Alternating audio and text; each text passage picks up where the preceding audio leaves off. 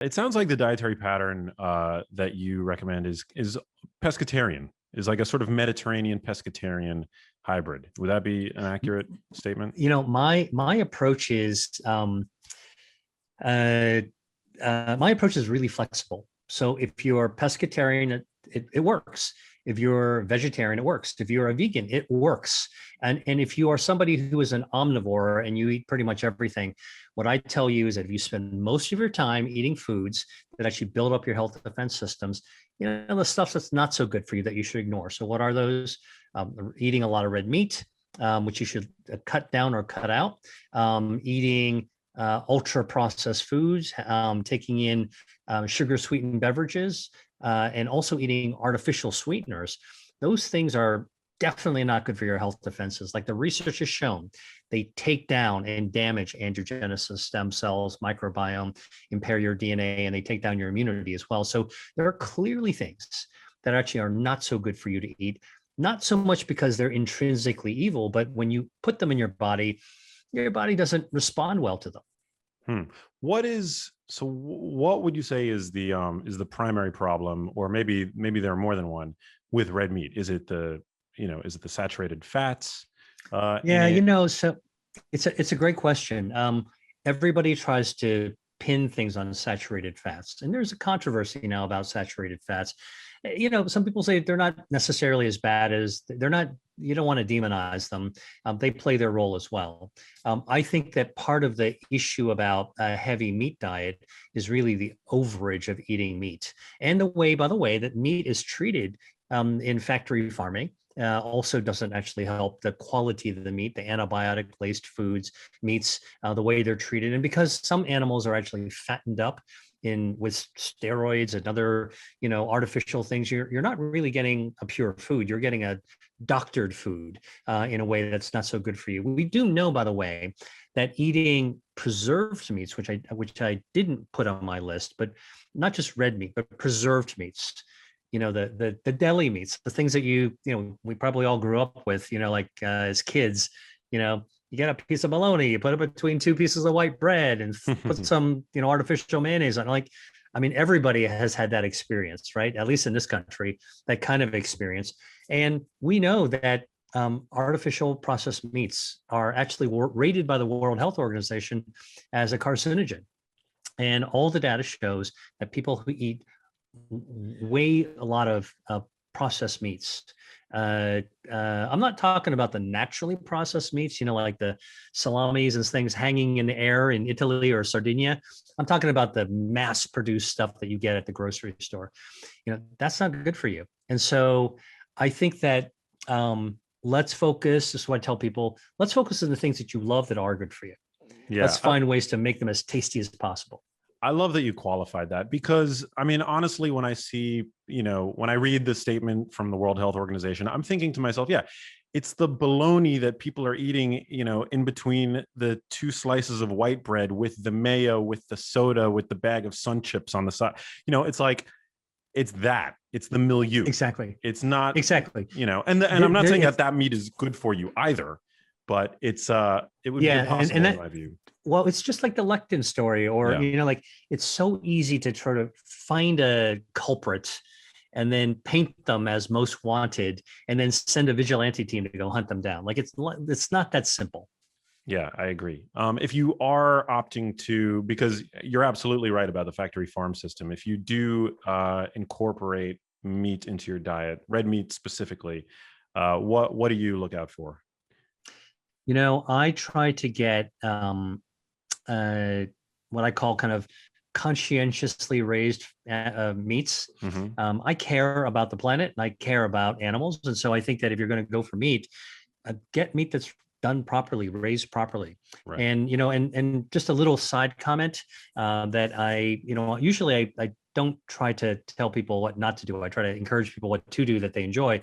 Right. But I will tell you, I scratched my head a little bit about these plant-based burgers that are genetically engineered and they're ultra processed a lot of times. And it's like, look, man, if you really love a burger, and you got to eat a burger and that's what you really love, take good care of your body, eat really good stuff that supports your health defense systems most of the time. And then if you're going to eat a burger, get the best friggin' burger you can find with the best quality of meat and just go for it. Knock yourself out. Just don't do it all the time. I love that. You talked about foods that can help us regenerate our tissues, our organs, with the help of stem cells that we produce endogenously. What are some of those regenerative foods? Yeah. So, first of all, just so that everyone knows how we know that our bodies regenerate, we have stem cells that actually live in our bone marrow. They're kind of like bees living inside a hive.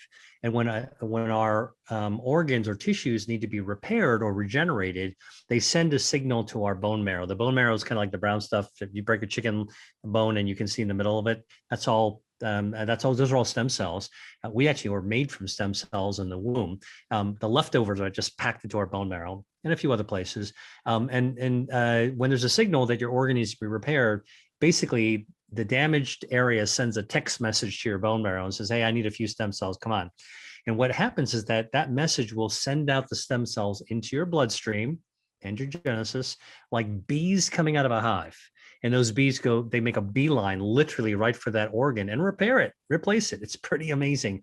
A lot of people don't know this, but if you had your liver, some of our organs really regenerate. If you had a liver problem and I removed 2/3 of your liver, most of it, the rest of it, a third, will grow right back, the rest of it right back. If I clipped off the top of your lung, it would just regenerate, grow right back. And like, people go, whoa, I didn't know that. But guess what? Our hair grows back. Our skin grows back. You got a little dandruff on, it's because their skin's falling off, the old stuff being replaced by stem cells.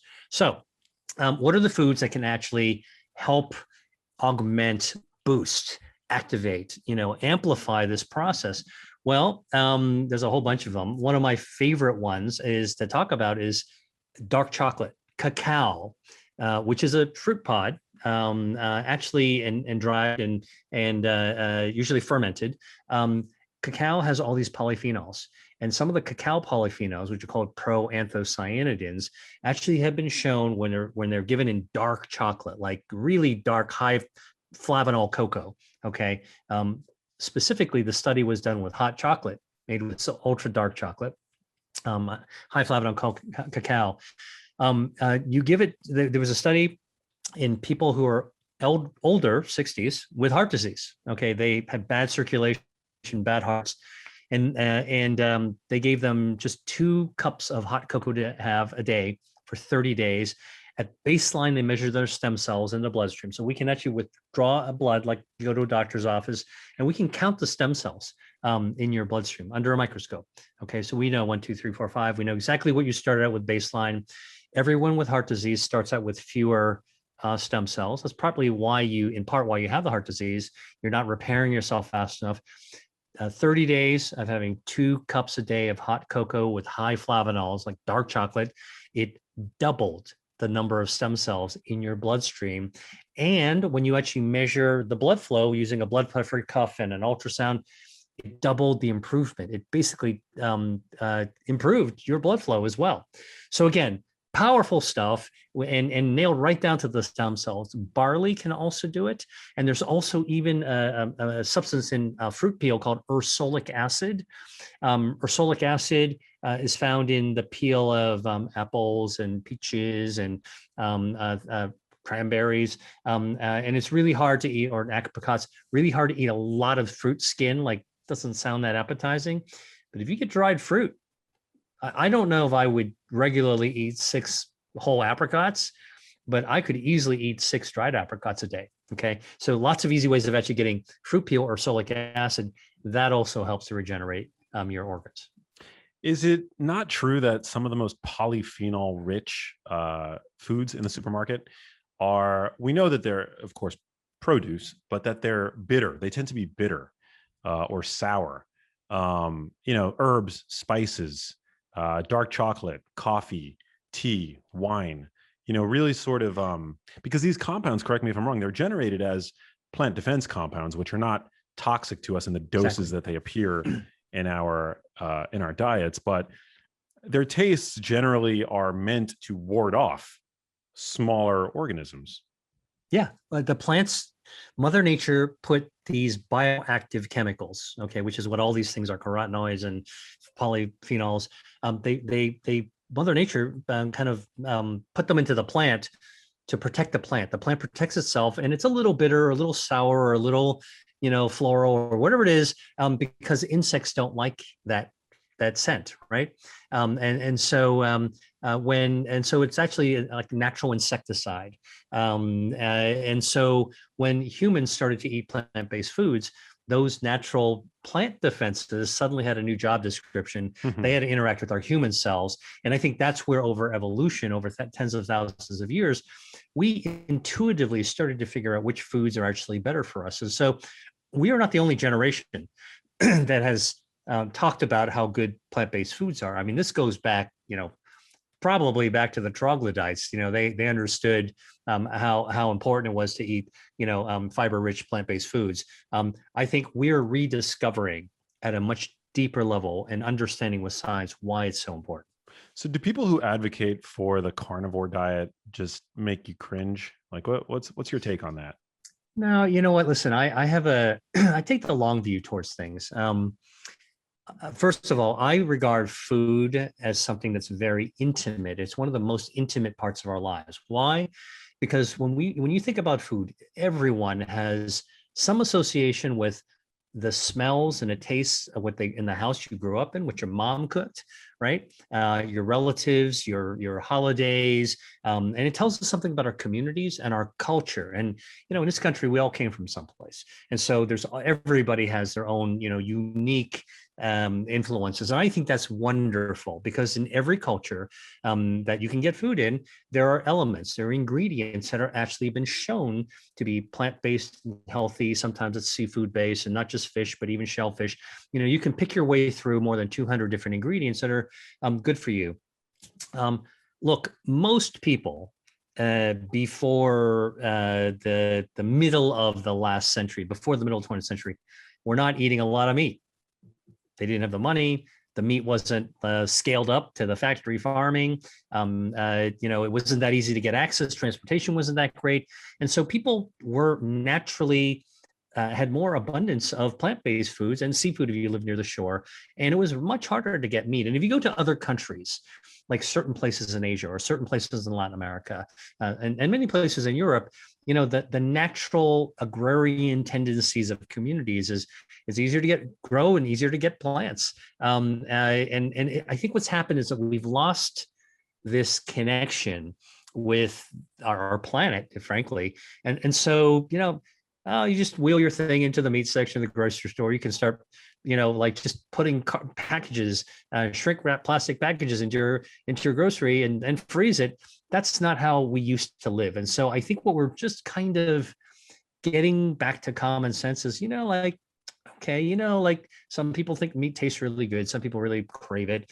But honestly, the body of evidence, science evidence, but also kind of the tradition of humanity. We usually ate mostly plant-based foods, and for people along the shore, adding a lot of seafood, that's all better for you. Let's get back to basics. And I think that's what we need to do, is strip ourselves down a little bit away from the industrialization and think about our own bodies. Yeah, I love that. I love plants and I love not plants. I love both.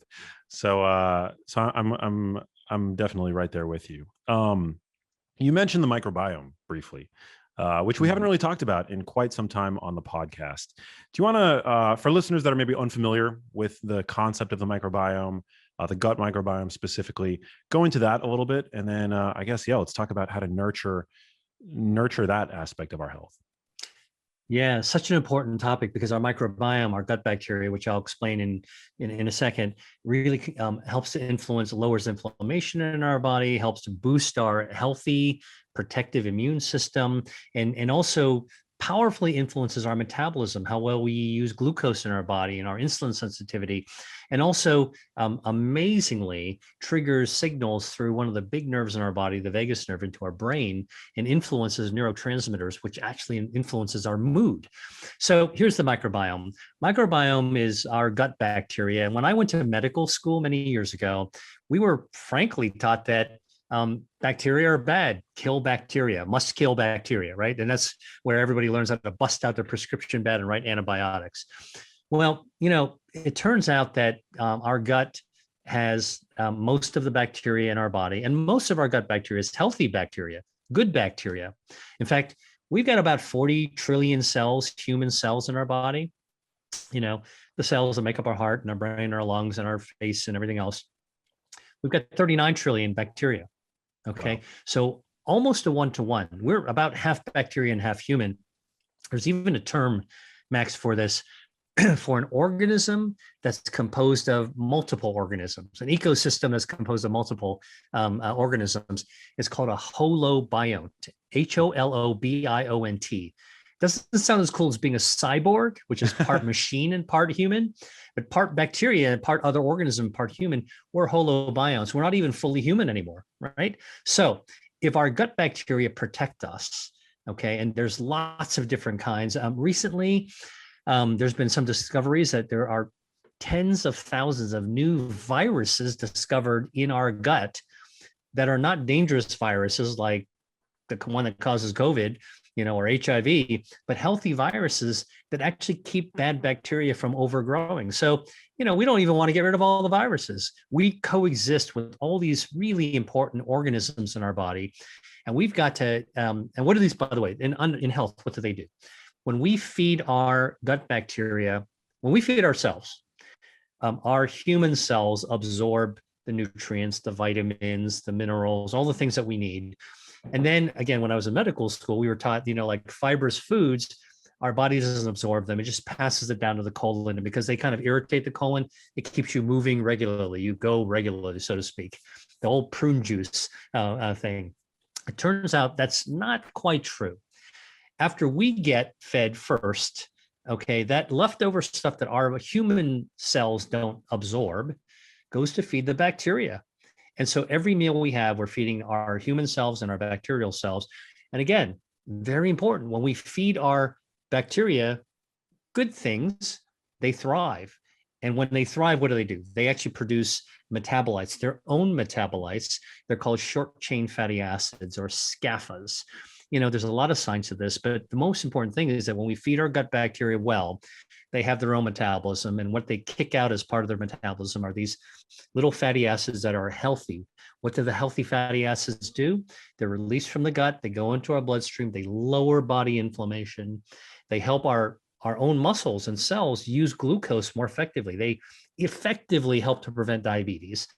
They maintain our blood pressure. And again, they speed up wound healing. They even keep our hair and our skin in good, healthy shape.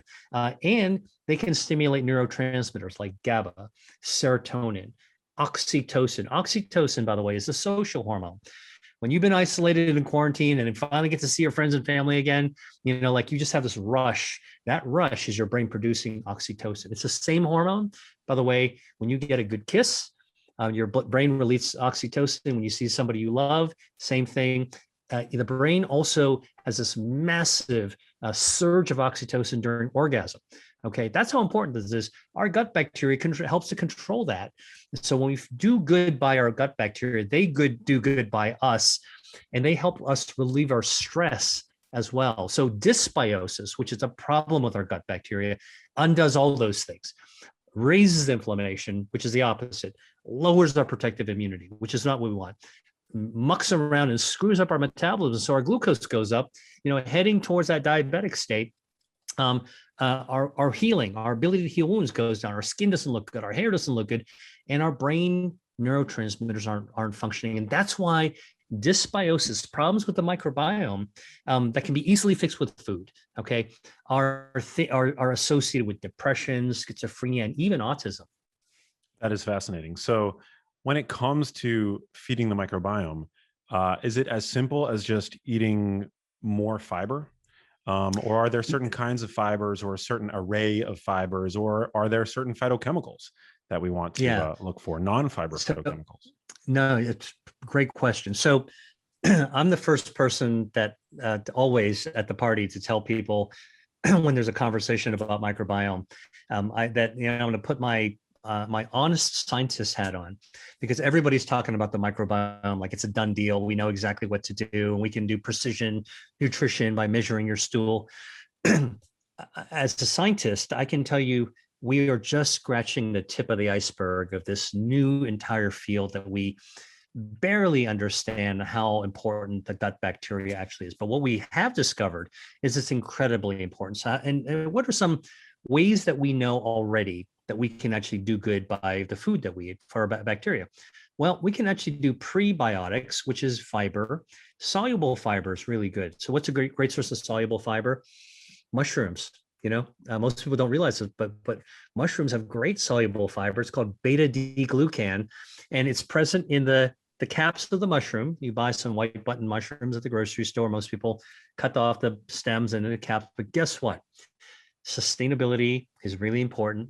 Mother Nature is really resourceful, so she put, guess what, twice the amount of beta-glucans in the mushroom stem as in the caps. So don't throw away the mushroom stem. Eat that too. Find a way to do it. You don't like the way it looks? Put it into a blender, make it into soup. Okay. That's a great way to actually change it with mushrooms. Other types of fiber, like tree nuts, have great fiber for your microbiome. So when you eat a walnut, although it's got some healthy fats, those fibers actually go right down to feed your gut. Here's how powerful the gut responds to good fiber. Is that it boosts your immune system, and your immune system not only prevents invaders from the outside, like bacteria and viruses, from tackling us, but they also prevent invaders from the inside. So what am I talking about? I'm talking about cancer. Cancer is an invader from the inside that our immune system consistently conducts surveillance to try to figure out, like, is there a bad guy there? Should I be taking it out? It's like our internal SWAT team, trying to, as snipers, like trying to take out the bad guys if they find a cancer. Well, there's an amazing study of 700 people with stage 3 colon cancer. It's pretty advanced. And this is coming from the big universities from the East Coast and the West Coast and the Southeast. And they found that in people with stage 3 colon cancer, getting treatment. So this is not about some magic food instead of like getting real treatment with an oncologist, that those people who ate 2 handful of tree nuts, walnuts, pecans, macadamias, pine nuts, whatever, they actually had a 50% decrease in mortality. That's huge. You can't get that with a drug or a pill, but just by modulating your microbiome, you can actually completely change things. Now, that's one way, is feeding the fiber. Another way to treat is to treat your gut bacteria well, is that you can, there are certain bacteria that love to grow in mucus. So, we've got mucus in our mouth. We've also got mucus in our colons. Okay. And some bacteria, there's one particular bacteria called Akkermansia muciniphila. The muciniphila gives it away. It loves to live in mucus. And Akkermansia is I think that's a bacteria that we're going to start to hear over and over and over again over the next couple of decades. This is a guardian bacteria that helps our body lower the risk of cancer. So a study by a colleague of mine, Dr. Laurence Zitvogel in France, looked at 200 people with cancer being treated with immune therapies. This is like really space age therapies, tip of the spear, that actually don't kill the cancers directly, but wake up our immune system so our immune system can go after the cancers. Now, here's the thing about immunotherapies. And again, I'm one of these doctors that can talk on both sides of the aisle in terms of both the medicines as well as the diet. Turns out that only works well in about 20% of people. So 80% of people, most people don't get the response you want. And so the Laurence Zitvogel basically said, let's line up everybody, 200 people, and let's figure out what makes the difference between a responder and a non-responder. And she looked at everything, genetics and weight and sex and everything else. Only one difference between the responders and the non-responders is the microbiome. And of the microbiome differences, the responders had one bacteria, Akkermansia, that the non-responders did not have. Now, if you had a cold and you got a Z-Pack to treat your bronchitis, for example, that'll wipe out your Akkermansia for a little while. So you can grow back.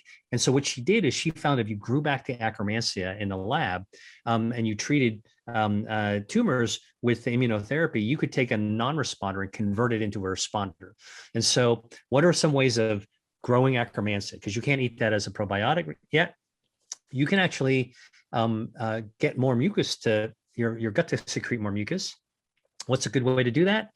Turns out that the elyagotannins, bioactives, present in pomegranates, present in cranberries, and present in Concord grapes. They actually just kind of tickle your gut to secrete more mucus. You can. I had a patient once who had a blood cancer, and she was going to get this immunotherapy, but she had just had a bronchitis, and I told her, I said, look, check your Akkermansia. So we checked her stool, 0, Z. Now we know from this research that Laurent Ziffical did that stacks the odds against you. So I said, before we start it, let's go ahead and get you on some pomegranate juice. Just 8 ounces will do it. And then we measured her after 3 weeks, and she had 3 times above the normal population of Akkermansia. Great mucus. And then she got this immunotherapy and became like one of the best responders ever seen in this medical center, and is alive and doing well today. So that's how powerful the microbiome can be. Another way of nurturing is actually having the mucus secreted. And then, of course, there's the probiotics, which is just eating the bacteria. And you can get probiotic pills. I think the jury's out on which one's the best one and how well they work. But if you can have fermented foods, you're eating a lot of natural, healthy bacteria, yogurt, kimchi, sauerkraut. Recently, I was at a farmer stand, and I was in Pennsylvania Dutch country, going to the farmer stands, and I'm like, wow, some homemade sauerkraut. So I bought it, and I ate some, and man, it was just absolutely delicious. I don't like the big factory produced versions. They just don't sit well with me, but this homemade stuff was really, really great. So fermented food is another way of actually doing it. Yeah, I mean the big commercial brand stuff usually don't have any probiotics in them anyway. They're made to be shelf stable. Exactly. Unfortunately, in my fridge right now, I've got Natto, which is a fermented soybean. Are you a fan of Natto? You know what? I actually like natto. It's really strong tasting, and even among the Japanese, that when natto comes from Japan, it's if you think about like edamame, right? So the edamame you get in a Japanese restaurant, that's basically just a steamed soybean pod, and you pop those little green babies in your mouth, and they're pretty bland. And then you kind of go and then you squeeze them out, and you get the soy milk, and then you can up your game, and you can make tofu. And once you start fermenting the tofu, the flavors get stronger, which is actually a delicacy in Asia. And then probably the King Kong of fermented soybean is natto. So I'm all for that. It's a great source of natural fermented food. Yeah, it's not the most user friendly though. It the texture is sort of like baked beans covered in some kind of lubricant, and the flavor has been described as being a combination between dirty socks and sweaty underwear. So it's not the most. I know that I'm not selling it, but I find that with the addition of a little bit of tamari sauce, which is another type of fermented soy, it actually, believe it or not, it becomes quite palatable. And we know that natto is a wonderful source of vitamin K2. Nattokinase, which is this really interesting enzyme that's drawn a lot of attention in the sort of anti-aging literature, and spermidine, which is another. It's sort of like a 3-for-1 deal if you could just get past the weird texture and taste. And vitamin K2, which is also called menaquinone, many people don't realize is a powerful anti-angiogenic, cancer-starving, mow down those extra blood vessels, a substance that actually been shown, the higher the level of your vitamin K2, the lower the risk of some cancers. So again, another reason, to love natto. One of the things that I tell people is, there's so many great foods out there that contain healthy bioactives that are good for you. Explore. So what I encourage people to do is to, identify. Like when I tell people who have, bring me my book, for me to sign, I'm like, look, do me a big favor. I'm happy to sign your book. I want you to go to the tables of foods there. There's more than 200 foods. And I sometimes will give them a pen. And so here's what I want you to do. This is the best thing I can do for you. Circle the foods in your book that you already love. If it's a tomato, circle it. If it's an eggplant, fake one, whatever it is, circle that. And I said, now you know the foods that you already love that are good for you. Start with those, and you're already way ahead of the game. And if you want to explore something that you're not so certain of, like a natto, for example, in this day and age, it's so easy. Go to the internet, look up natto recipe, natto dish cooking, and see how other people make it tasty. And that way, it's like that Food Network thing. Like people get absorbed, and they learn how to dare themselves to try something new.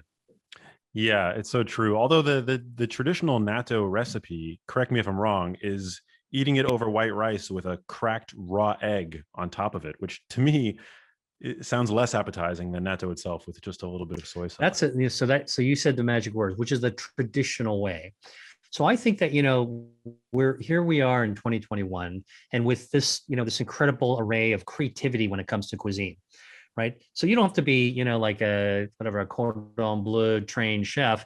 I think some people on the web are trying to demonstrate ways of making foods as tasty as possible. And that's part of the adventure, I think, that I encourage people to take on a food. Like, identify what you already love, dig deeper into it, lean into the stuff that you already love, keep going, eat a lot of that stuff that you already love that's good for you. And then don't be afraid. Dare yourself to try something new, and to get yourself into the right mindset and to get some ideas. See how other people do it. Watch a video. If you're at a restaurant, give it a shot.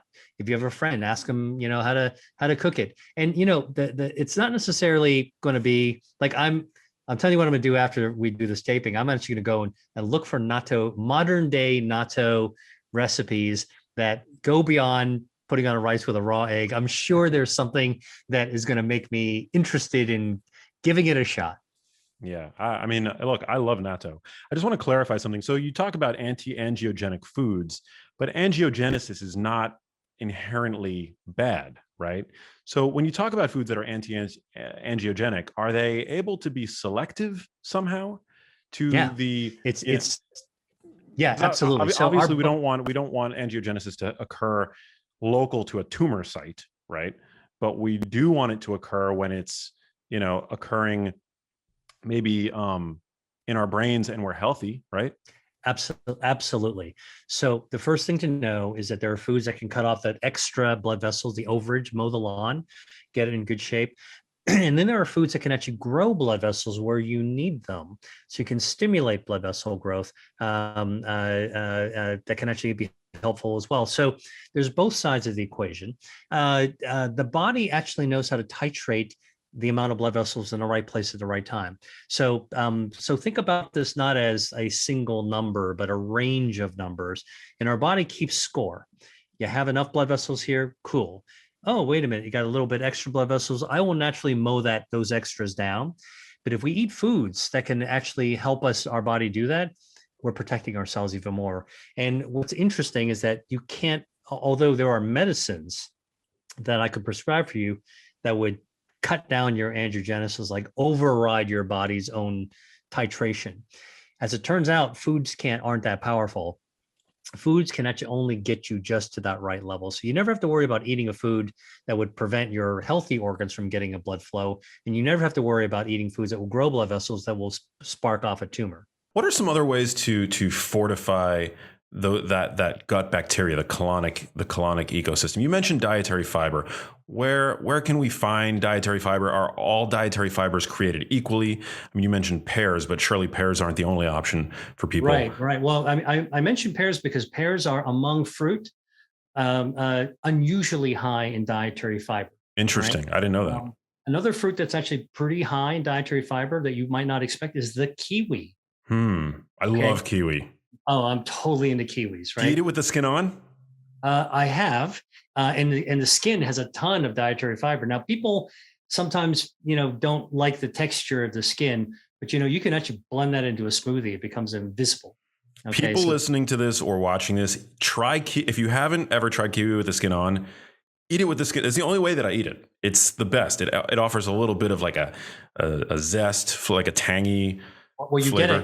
You extract all the dietary fiber out of it. So, it's really good for your gut microbiome. And here, and obviously, I could give you the obvious foods that have a lot of dietary fiber. So you take a look at kale and cauliflower and Brussels sprouts and Swiss chard and spinach. Those are the things that you might expect. And celery have a lot of kale. So, the salad bar kind of things, the produce section, the green section. And there's lots of great greens to go for. But I want to talk about some surprises, right? So like the kiwi's a surprise, and pear to me was a little surprise. Here's a real surprise: mushrooms. Mushrooms are loaded with dietary fiber, soluble dietary fiber, which means it dissolves. Okay. You can't even see it. It's not stringy. Okay. That's insoluble fiber, but the soluble fiber dissolves. And even the ordinary white button mushroom has dietary fiber in it. So I'll tell you a little kind of like a little pro tip. If you go out and buy a white button mushroom, what do you do when you get home with it, right? So you're gonna put it on the cutting board. You're gonna take a knife. You're gonna cut the stem off, move the stem aside, and you got to eat the cap, right? So now you slice the cap up, cook it, saute it, put it in a salad, whatever you're gonna do. Now, stems often get thrown away. So I did a research project where we actually looked at the amount of dietary fiber and bioactives in mushrooms, and there's plenty in the cap of the mushroom, but there's twice as much of the bioactive, of beta glucan, the dietary fiber in the stem, the stipe. Wow. So don't throw that away. Be sustainable. Use the anatomy of the food. Do not throw the mushroom stem away. Save it, blend it, make it into a soup, whatever it is. It's got tons of fiber. It's really, really good for you. So what are some of the things that, like I told you, white button mushrooms are good? I always say, what's the best possible food? Like, tell me the super mushroom. What's the mushroom that's got the most, right? So I'll tell you. Know. So 4 or 5 times more dietary fiber, beta glucan, than a white button mushroom is the oyster mushroom, okay? Or shiitake mushroom also has almost as much, or crimini mushroom. And if you go to the porcini mushroom, which is a kind of a culinary delicacy you can find, dry or fresh or frozen, it has kind of a middle amount. So again, start with the white button mushroom. That's kind of the baseline. That's a good kind of like a beginners for dietary fiber. Then you can march your way up. And as you go up, you go through chanterelle, you go to porcini, then you go into shiitake, and you go through enoki mushrooms. You wind up actually getting to experience this whole range of delicious mushrooms out there that every food culture in the world has some mushroom in their traditional recipes. And every traditional health culture has used mushrooms actually as part of their healing. That's amazing. There's a study that I reference when giving speeches. There was an elderly cohort that found that showed a 20% risk reduction for dementia for regular consumers of mushrooms.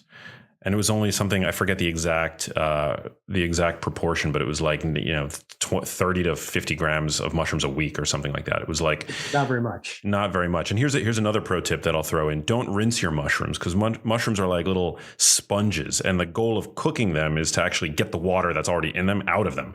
Just brush off any visible dirt or debris. Don't rinse them, and then cook accordingly. You're going to have much better mushrooms. And to brush them, here's another little tip to add on to yours. You can go online and order something called a truffle brush. It's actually what people use for these super expensive truffles, which are a delicacy, but you can use them for mushrooms. And so basically it's kind of like a brush for your shoe, except smaller. It's perfect. Like there are bristles that won't damage it. And you can just literally take it to your mushroom and brush off all the dirt. I love that. What about, I feel like something that doesn't get discussed often enough when talking about, when making blanket recommendations to eat more fiber, is the fact that when you dramatically and suddenly increase your fiber intake, it can lead to bloating and gas, which I think a lot of people already struggle with that. So how do we reconcile that, Dr. Lee? One way to feel less bloated is, I like to go for simple things. One way to feel less bloated is to eat more slowly, eat less quickly, eat more slowly, and eat less.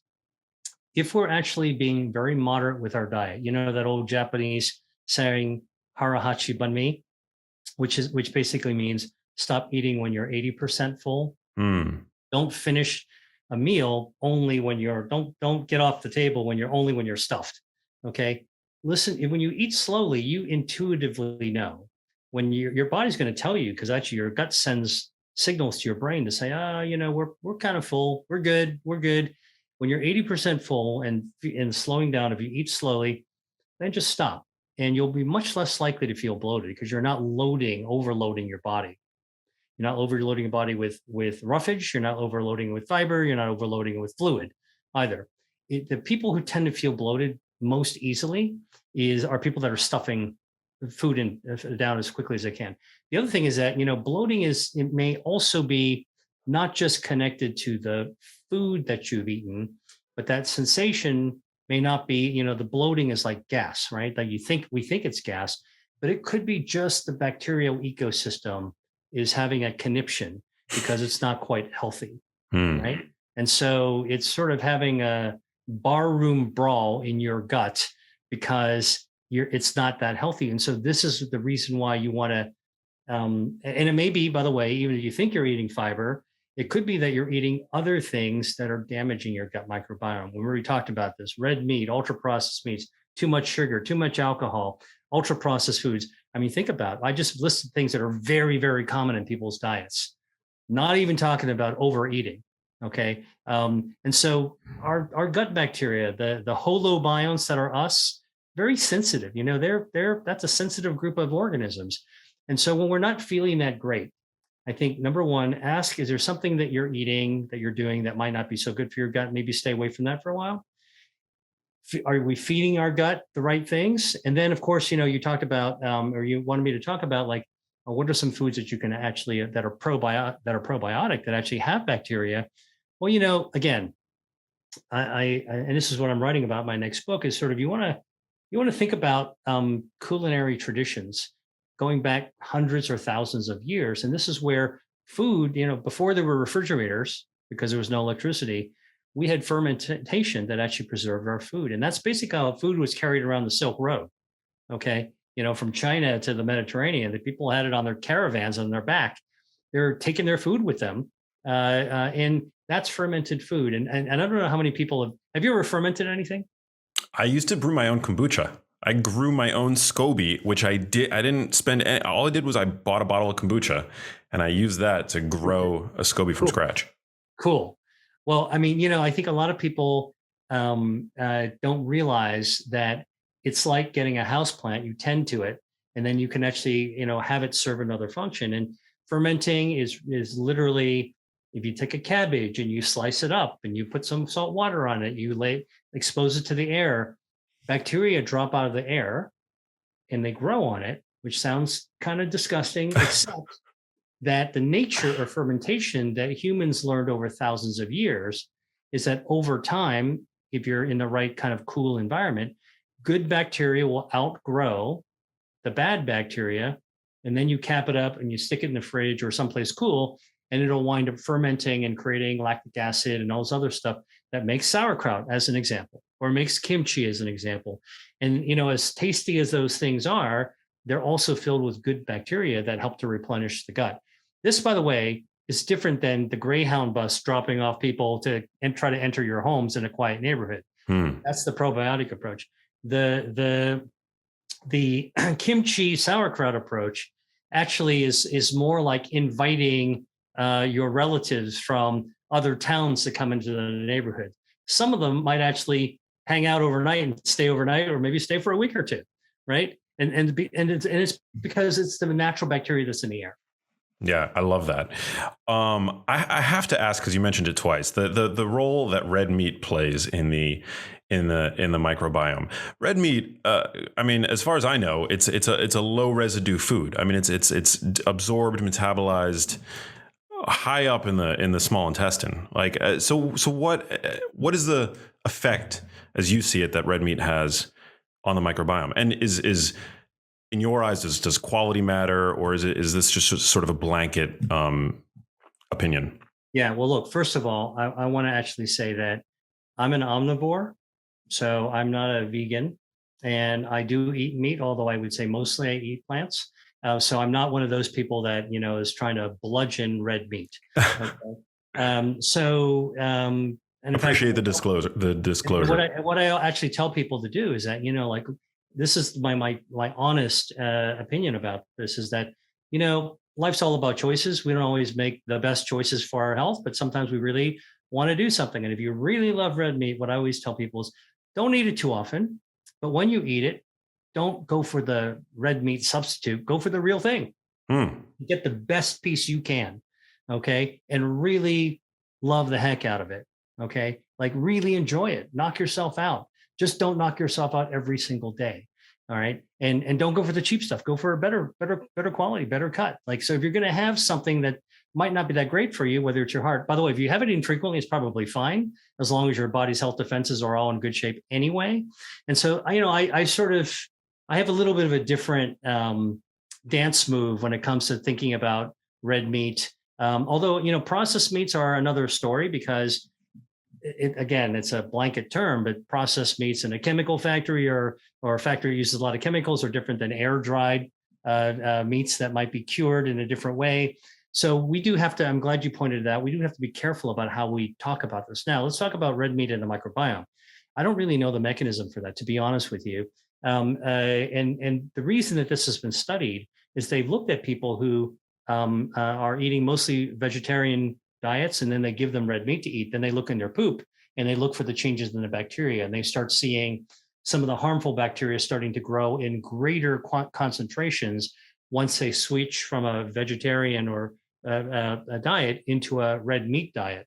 So it doesn't mean that red meat is really awful for you, but there are studies that show that it changes your gut microbiome, and maybe a little bit more towards the types of organisms that are not so good, that tend to release more noxious substances. Now, Yeah.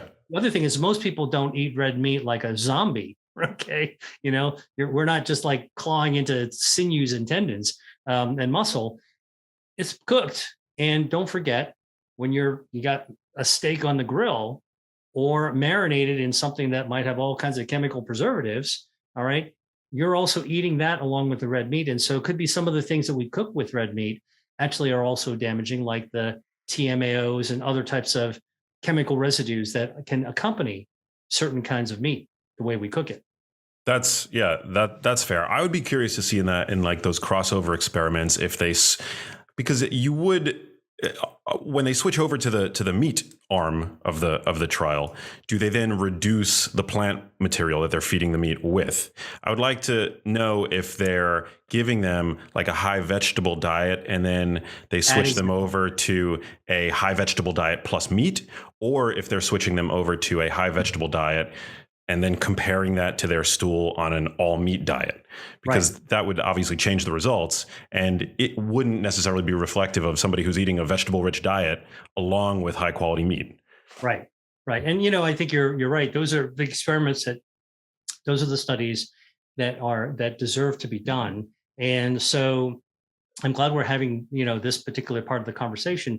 It just goes to show you that, like, if we're going to sit down and actually kind of think through why something might be happening and review some studies that have been done and come up with other ideas and new studies that could be done, that's an intelligent conversation. But when you have two people at two ends of the table shouting at each other, saying that, you should only eat rabbit food and you should only eat, red meat, you could only be a carnivore, like that, that's not how we make progress. That's not how we understand the process or each other.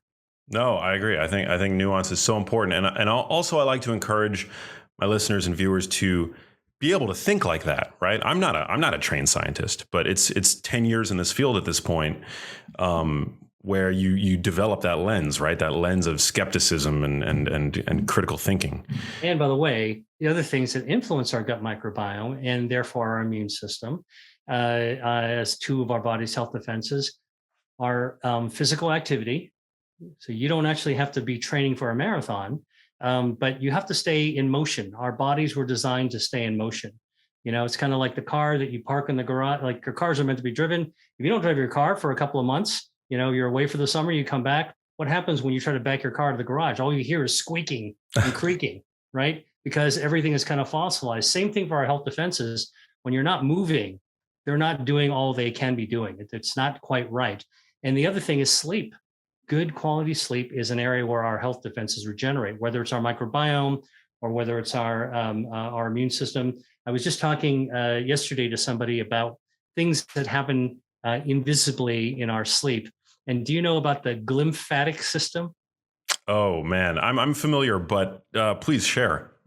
So one of the things that I found so amazing is how much we're discovering about human anatomy after thousands of years. We're still discovering new organs and new parts of our body. I mean, how could we be discovering new body parts, right? Like, that's ridiculous. Amazing. Yet, a few years ago, we discovered a new brain cell called the rose hip neuron. This rose hip neuron prevents depression, seems like, by preventing some of those neurotransmitters that are associated with depression. So when you don't have rose hip neurons, the depressive symptoms actually seem to take over. This is state-of-the-art research. But the other day, this is actually like last week, there was a publication that showed new channels discovered in the human skull. What? Wow. How did we discover new channels in the human skull? Like, haven't we dissected the heck out of the human skull? Yeah, you know? Grey's Anatomy. Right. Last week? Last week. Wow. They discovered these channels that connect blood vessels in the skull to the brain and through the lymphatic system. And we believe that this is actually a communication between our immune system and the brain. So it's an area that our immune cells can go through our skull, through these little channels, and communicate to our brain through our lymph system. Now, let's go back to look at the gut. If the gut's connected to the immune system and the immune system goes through these channels into the brain, maybe there's a whole new way for the gut bacteria, for the gut brain axis to be working. Back to the lymphatics, because these are lymphatic channels. This is what we're discovering. There's a whole new system in the brain. You know, like, have you ever been to Paris, the city Paris? Beautiful city. Beautiful city. And, you know, it's beautiful above ground, but most people don't realize there's this incredible sewer system underneath Paris that is incredibly, like, it's architecturally thought out. It functions like you can't believe, and it's been there for hundreds of years. Now, same thing in our brain. There is a hidden sewer system called the glymphatic system that is completely collapsed during the day when we're awake. When we're awake, this sewer system is completely smashed up to each other. Can't see it, can't find it. And by the way, the reason that we never saw it doing anatomy is that, you know, when pathologists were doing autopsies on people who had died and open up and look in their brain, they're dead. Channels are collapsed. Wow. Can't find it. But now that we can use scans, like PET scans and other kinds of scans, and we can label and put tracers, what we find is when you're sleeping, when you fall asleep in REM sleep, not in light sleep, but really good deep sleep, okay, and the kind that you get when you sleep for 8 hours, these channels open up, your brain expands, like there's 60% more circulation inside your brain. They open up like the sewers of Paris, underground. And what they do is they allow your brain to dump all the toxins that accumulated during the day. Oh my God. Dump them out of your brain. If you don't get good sleep, you're not completely emptying away the toxins. If you don't get deep sleep, the glymphatic channels don't open. So now let's think about this, right? Why do we feel so crappy? Why are we so woozy after pulling an all-nighter or not getting good night's sleep, right? Now you're starting to see some of these new discoveries. So anyway, you know, like, we started up this thing talking about, like, okay, how incredible the human body is. And I think, you know, I'm just trying to touch on some of the highlights of new things that are coming out that are amazing to me. It's so exciting. Yeah. I mean, so what are some of the other consequences then of not getting adequate sleep on a chronic basis? I mean, that sounds like a big deal. If you're disallowing your brain to purge itself from toxins that accumulate over the course of the day, that sounds like a pretty big deal. Well, think about it. I mean, you know, clinically, it's associated, not getting good sleep is associated with higher rates of depression, or exacerbation of schizophrenia, or triggering bipolar disorder, or impaired cognition. Wow. You know, I mean, and by the way, think about all the medications that we might be taking that might be interfering with our sleep as well. But then let's go back and take a look at, you know, how our dietary impact as well. Like, I mean, you know, this is something that's interesting to think about. You know, people that drink coffee late at night. Okay. Does that impact their clearing of purging of toxins? Or what about people that work night shifts? All right. So, like, are they purging when they sleep during the day? We don't know that. These are all the new questions that are being asked. Can you give us some examples of disease states that are associated with too much angiogenesis, the growth, you know, the unchecked growth of too many blood vessels, and maybe some disease states that are the result of not enough angiogenesis? Yeah. Well, listen, our circulation is one of the very first things that form our bodies when we're in the womb. So number one, it's sort of like there's a blueprint for all the blood vessels that need to form. That's how we know, like in an anatomy text, where the aorta is and all the blood vessels. And that's how surgeons know where to go and where not to go. And the body keeps that pattern in a perfect state of balance. It's kind of like Leonardo drew that blueprint, and it's going to be that way. And the body knows how to actually prune away extra blood vessels and grow new ones where they're needed. So we've got what I call the Goldilocks zone, like the three bears, not too hot, not too cold, but just right. We have just the right number of blood vessels, not too many and not too few. Now, here's the I think the eye-opening part, the light bulb in your head going off. So when your body is unable to prune away, mow the lawn, and get rid of those extra blood vessels, what do you think they do? Your healthy tissues don't need them. So those extra, the overage, goes to feed disease cells. So what are some of the diseases? Breast cancer, colon cancer, brain tumors, lung cancer, pancreatic cancer. In fact, every single cancer, including blood cancers, are angiogenesis or blood vessel dependent. These blood vessels feed the cancer. And so now we've actually found ways to actually starve the cancer by cutting off the blood supply. Another disease with extra blood vessels is arthritis.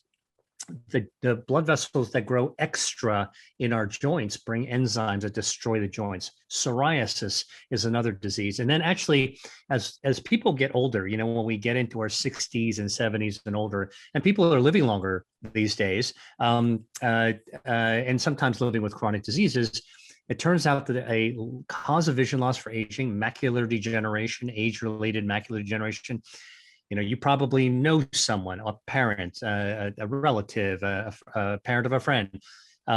That's the most common cause of blindness in this country. And people who are under 60, diabetes is a common cause. And what is causing that blindness, vision loss?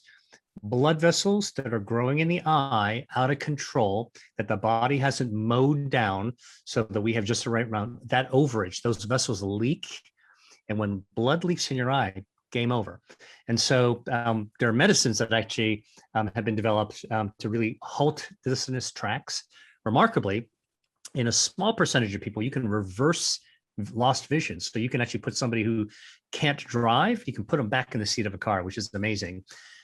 But again, what could we do with food using the same principles to prevent that, or prevent cancer, or prevent arthritis?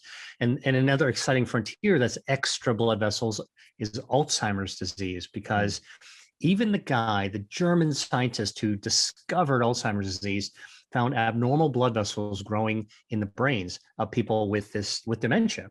And so what we now know is that you've got to kind of mow down and get rid of all those bad blood vessels to make room for new, fresh, good blood vessels to grow back. So, this is an area of medical breakthroughs that are fueling new treatments and new hope for people. I'm involved with that, but I'm even more excited by the possibility of prevention, and not just possibility, but the reality of being able to prevent these diseases with a healthy diet. Oh, well, I love that, and I love the concept of food as medicine, which I know you talk a lot about. So let's dive in. You mentioned off the top that there are some misconceptions about how to eat healthily. That I detected a little bit of frustration in your tone. Let's start there. What would you say are some misconceptions, the biggest myths that people have about food as it relates to our health?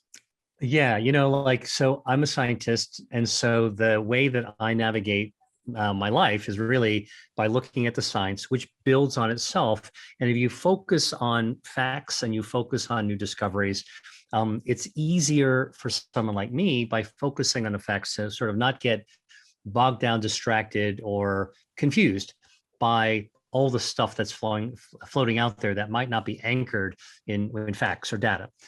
That said, what you're asking is, what are some of these common myths about food and health? Well, the first thing that I think that's a important myth to bust is that in order to eat healthy, you have to cut stuff out of your life, right? That's the thing that bums the people out the most. That's the thing that makes diets unsustainable, because human nature abhors deprivation. When somebody tells you you can't do something, your brain automatically triggers this switch that says, well, maybe just once or maybe more, right? So I've, again, sort of tried to flip that discussion around to say, could we actually add foods to our diet? What foods should we add? Because if we can focus on the foods that are supported by science, that help us prevent disease and lower disease, ameliorate diseases, help treat diseases, frankly, that's food as medicine. Then we're actually doing something positive. So that's the first myth, is you got to remove everything that you love.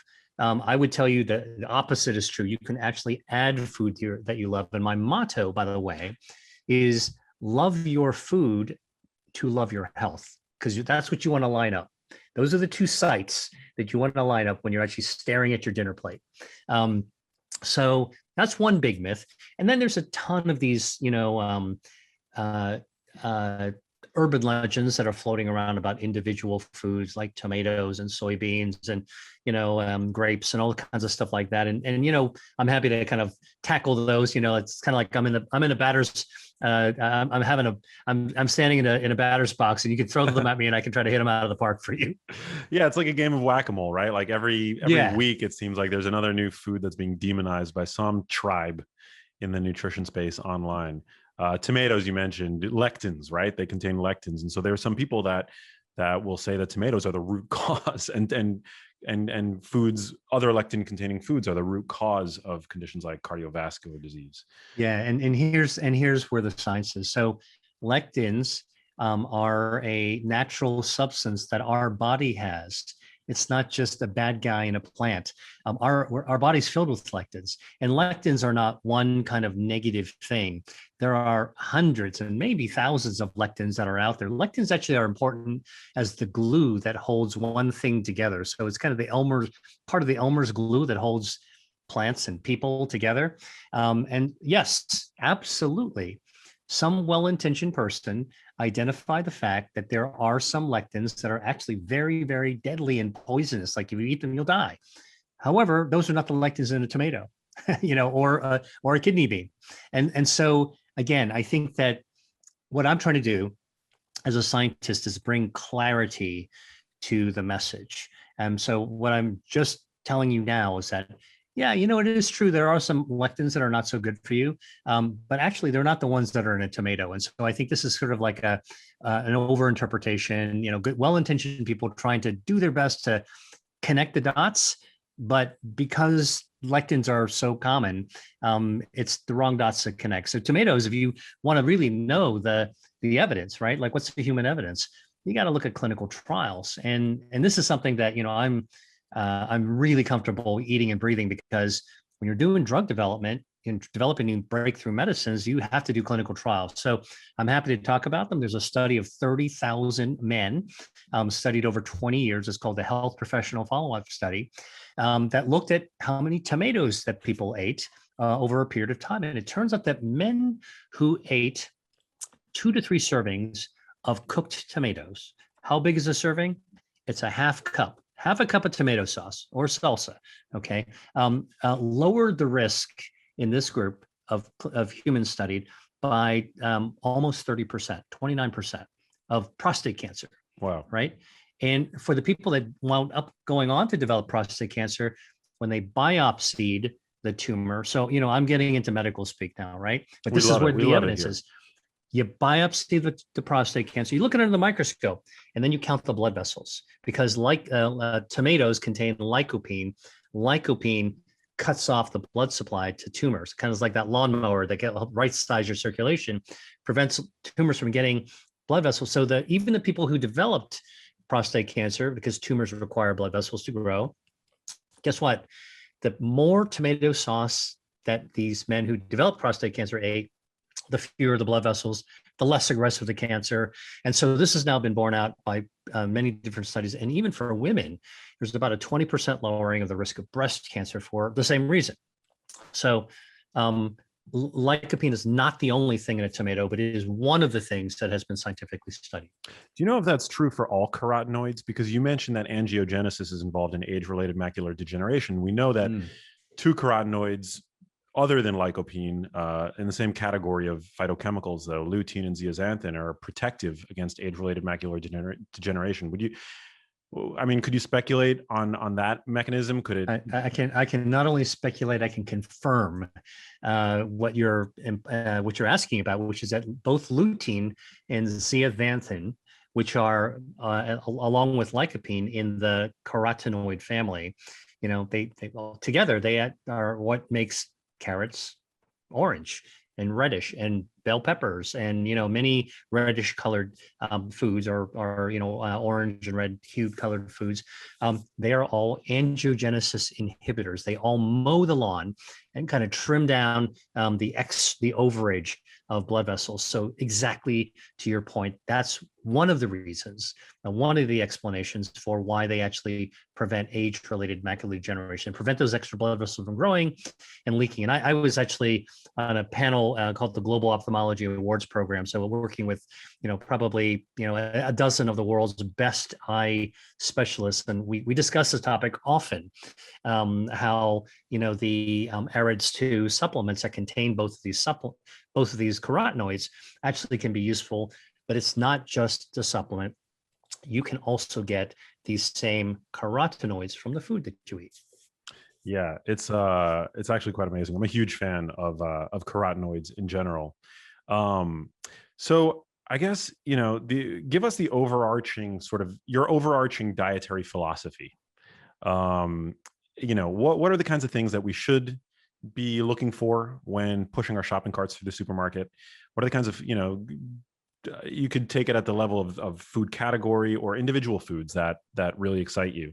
And what are the kinds of foods that we should be steering clear from if we want to keep angiogenesis within a nice, healthy range in our bodies? Yeah, we spent time talking about angiogenesis, but let me kind of back up for 1 second before I go into, kind of hyperspeed to kind of share with you how I think about shopping in a grocery store, for example, and what to choose and what to stay away from. First of all, when it comes to food and health, it's not just about the food. It's about how our body responds to what you put inside it. That's how, doctors think about drugs. Whatever you put into your body, there's got to have an effect in the body. And so, out there you hear all the marketing about this superfood or this super supplement. I can tell you there's no such thing as a single superfood or super supplement. If you want to call it something super, it's the human body. It's pretty awesome and amazing on what it can do. And what it can do best, better than anything else, and what we inherited when we kind of emerged from our mom's womb, is the ability to resist disease. It is a result of your body's hardwired health defense systems that we're born with. From the day we're born to our very last breath, we've got at least 5 health defense systems that are right about in my book, Eat to Beat Disease. Angiogenesis, our circulation, is one of our health defense systems. Good circulation, good health. Out of control circulation, cancer, macular degeneration, et cetera, et cetera. Second health defense system is our stem cells that are in our bone marrow that can come flying out to regenerate our organs slowly every single day. We're actually repairing and replacing ourselves, regenerating, not like a salamander or a starfish, like we can't grow back an arm or a leg, not yet. But one of the things that we can do is we can replenish aging and kind of like slightly kind of worn out organs. And in the same way that foods can actually cut off extra blood vessels and grow good ones, there are certain foods that can actually help prompt and recruit stem cells into the circulation to be able to help accelerate our regenerative properties. Like foods that can cause regeneration is quite an amazing concept. Our microbiome is our third health defense system, our healthy gut bacteria. A lot of people talk about the microbiome, and it's one of the pillars, 5 pillars of my concept that I talk about in terms of healthy food, because the foods that we eat can either harm our microbiome, our gut bacteria, which then harms our immune system, harms our brain neurotransmitter system, harms our ability to heal. Okay, our bacteria really control a lot of these, influence a lot of these healthy systems. And if you feed the bacteria with things that they like, you nurture your bacteria like you'd feed your dog or your cat or your bird, and you treat them well, your bacteria become really vibrant, and they actually help our brain and our immune system and lower inflammation and help our metabolism. Fourth one's our DNA, fourth health defense system, which we think it's, everybody thinks of genetic code as DNA. Turns out our DNA protects us against the environment in ways that we hadn't even thought about. For example, you're pumping gas. If you still drive a gas car, I always ask people, do you stand upwind or downwind of the pump? And people look at me and say, well, why are you even asking that question? And I say, if you can smell the fumes of the gasoline, you are standing downwind. And those solvent vapors in your lungs are causing DNA mutations. Why don't you get lung cancer right away or the next day? Because your body's DNA is protecting your health by fixing itself when it's damaged. You're out there in traffic, with the window down on a sunny day in the summertime, you're not lying out on the beach, you're not in the sun tanning booth, but you are getting that sun on your arm. That's causing DNA damage on your skin. So how come you don't get skin cancer only in your left arm when your arm's out the window? Because the DNA is being fixed. So you can eat foods, including carotenoids, that can help speed up your DNA fixing itself. And so that's really, when you ask about what's my framework, my concept, it's not only about the food, it's about how your body responds to it. So there's no single food. In fact, I write about more than 200 foods that you can easily find in the grocery store. Most of them in the perimeter of the grocery store, in the fruits and plant-based section, but also in the seafood section for those people who actually still eat seafood. And although we were told to avoid the middle aisle, it turns out that there's a lot of really good things in the middle aisle. Beans, whether they're dried or canned, tree nuts, really great for the microbiome. It's got good healthy fats. Olive oil, right? There's certain olive oils, 3 varietals, monovarietals from Italy, Spain, and Greece. I can tell you what they are: the Cornecchi, the Moriolo, and Picciolo olives. If you can get monovarietal olive oils, they have the highest levels of cancer-starving anti-angiogenic polyphenols. So I have a great time going into the middle aisle. I'm very selective. I ignore all that ultra-processed stuff and the candy bars and the weird colored chips, but I know what I'm going for. And so really my whole philosophy is know what you like, what you love to eat, know where it's located at the grocery store. When you get in that store, make a beeline for it. Kind of ignore all the marketing stuff. Go for the carrots if you like the carotenoids, or the red bell peppers, or the kale, or radicchio. Like I love that kind of stuff. And then if you're going to go into the middle aisle, make sure you've got some good healthy oils. You've got some nuts and beans and all those kinds of things that are good for you. Spices, dried spices, also good for you. How do we use food as medicine? Yeah, well, so I want to first touch on my background as a doctor, because most doctors aren't educated about nutrition. And when you see somebody who's a doctor who talks about food, oftentimes you're seeing somebody who is abandoning their ship and saying, don't worry about the medicines anymore. Now we're actually just going to eat kale. And, I actually think that there is a new frontier that really respects food as really just another tool in a toolbox for us to stay healthy. And on the medical side, that's really, I think, probably the most even keel of all, which is that, here we are, we've had 70 years of pharmaceuticals, and there's going to be more, another 70 years ahead of us. But the thing that's been missing is what do we do with food? And, how do we develop the evidence that you can trust based on science that we can actually then use to apply, both from a clinician's perspective, a doctor's perspective, and also to really to help not just patients, but healthy people as well, not become patients, let's say. Now, the idea of food medicine, by the way, is also, I think, starting to grow a little moss on the side. And the reason is because more and more people are kind of coming into this idea and talking about food as medicine and utilizing it. So, I'm sort of like one of the OGs of food as medicine, because I actually study food in the same systems that we do drug development. And so, I take that craft of doing that very seriously.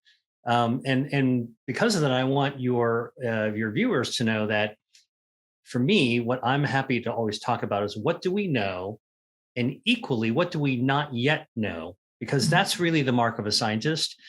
People that say they know everything, we're all set with the microbiome, we're all set with antioxidants, like those are not scientists. Real scientists are really upfront by saying, here's what we know, and here's what we don't know yet. But think about how we would study that.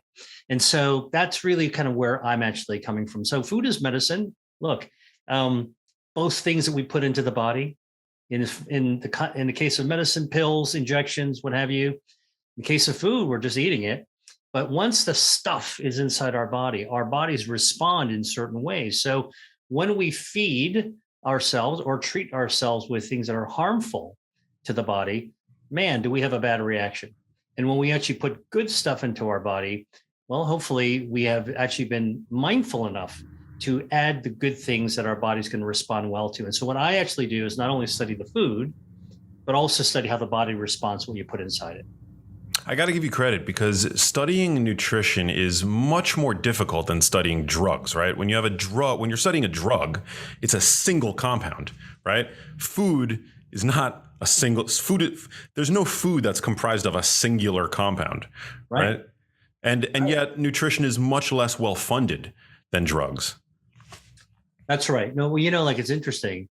If you take a look at the amount of money that food companies, the food industry, invest towards advertising, even if they took a tenth of that and actually started to apply it to research, it would actually really start to build momentum where we actually need it. Now, drug companies spend billions of dollars on research, and they're actually relatively restricted on what they can actually market to. Now, there's not that much they can actually market. I mean, they spend a lot of money on marketing as well, but it's really almost the inverse. Pharmaceuticals get some marketing, but a ton of R&D, research and development. Food companies get almost no R&D, but they get tons of marketing. And so you're really talking about two worlds that have this gulf between them. And the kind of work that I do in food as medicine is try to bridge that gulf to say, look, you're absolutely right, Max. Food is complex, right? From a science perspective, but it has been understudied. So how do we actually tear a page from the playbook of pharmaceuticals so that we can actually get that kind of evidence that we want? Yeah, absolutely. Well, the goal of medicine should be to heal the body. I mean, I think oftentimes today medicine acts as a mere Band-Aid to treat the symptoms that we may be experiencing, right, when we present to our physicians. So in that sense, can food heal the body? Can food be used to heal a broken body? So here's the thing. This is really when you pull the cloak off of the sculpture, which is the human body. What you find out is that the body actually heals itself. And that's what I wrote about in my book, Eat to Beat Disease. And I think that's why it became a New York Times bestseller, is because it's really the first time that people really said, there's a lot of foods that can do this, but let's take a look from the vantage point of the body. So how does the body heal itself? I think that that's really something that once we lock that down, then we can then we can go into the bounty of the farmer's market or the grocery store to figure out, like, all right, what can actually achieve that? It's upending the way most people do it, right? So most people go, here's my superfood and it's going to cure X, Y, and Z.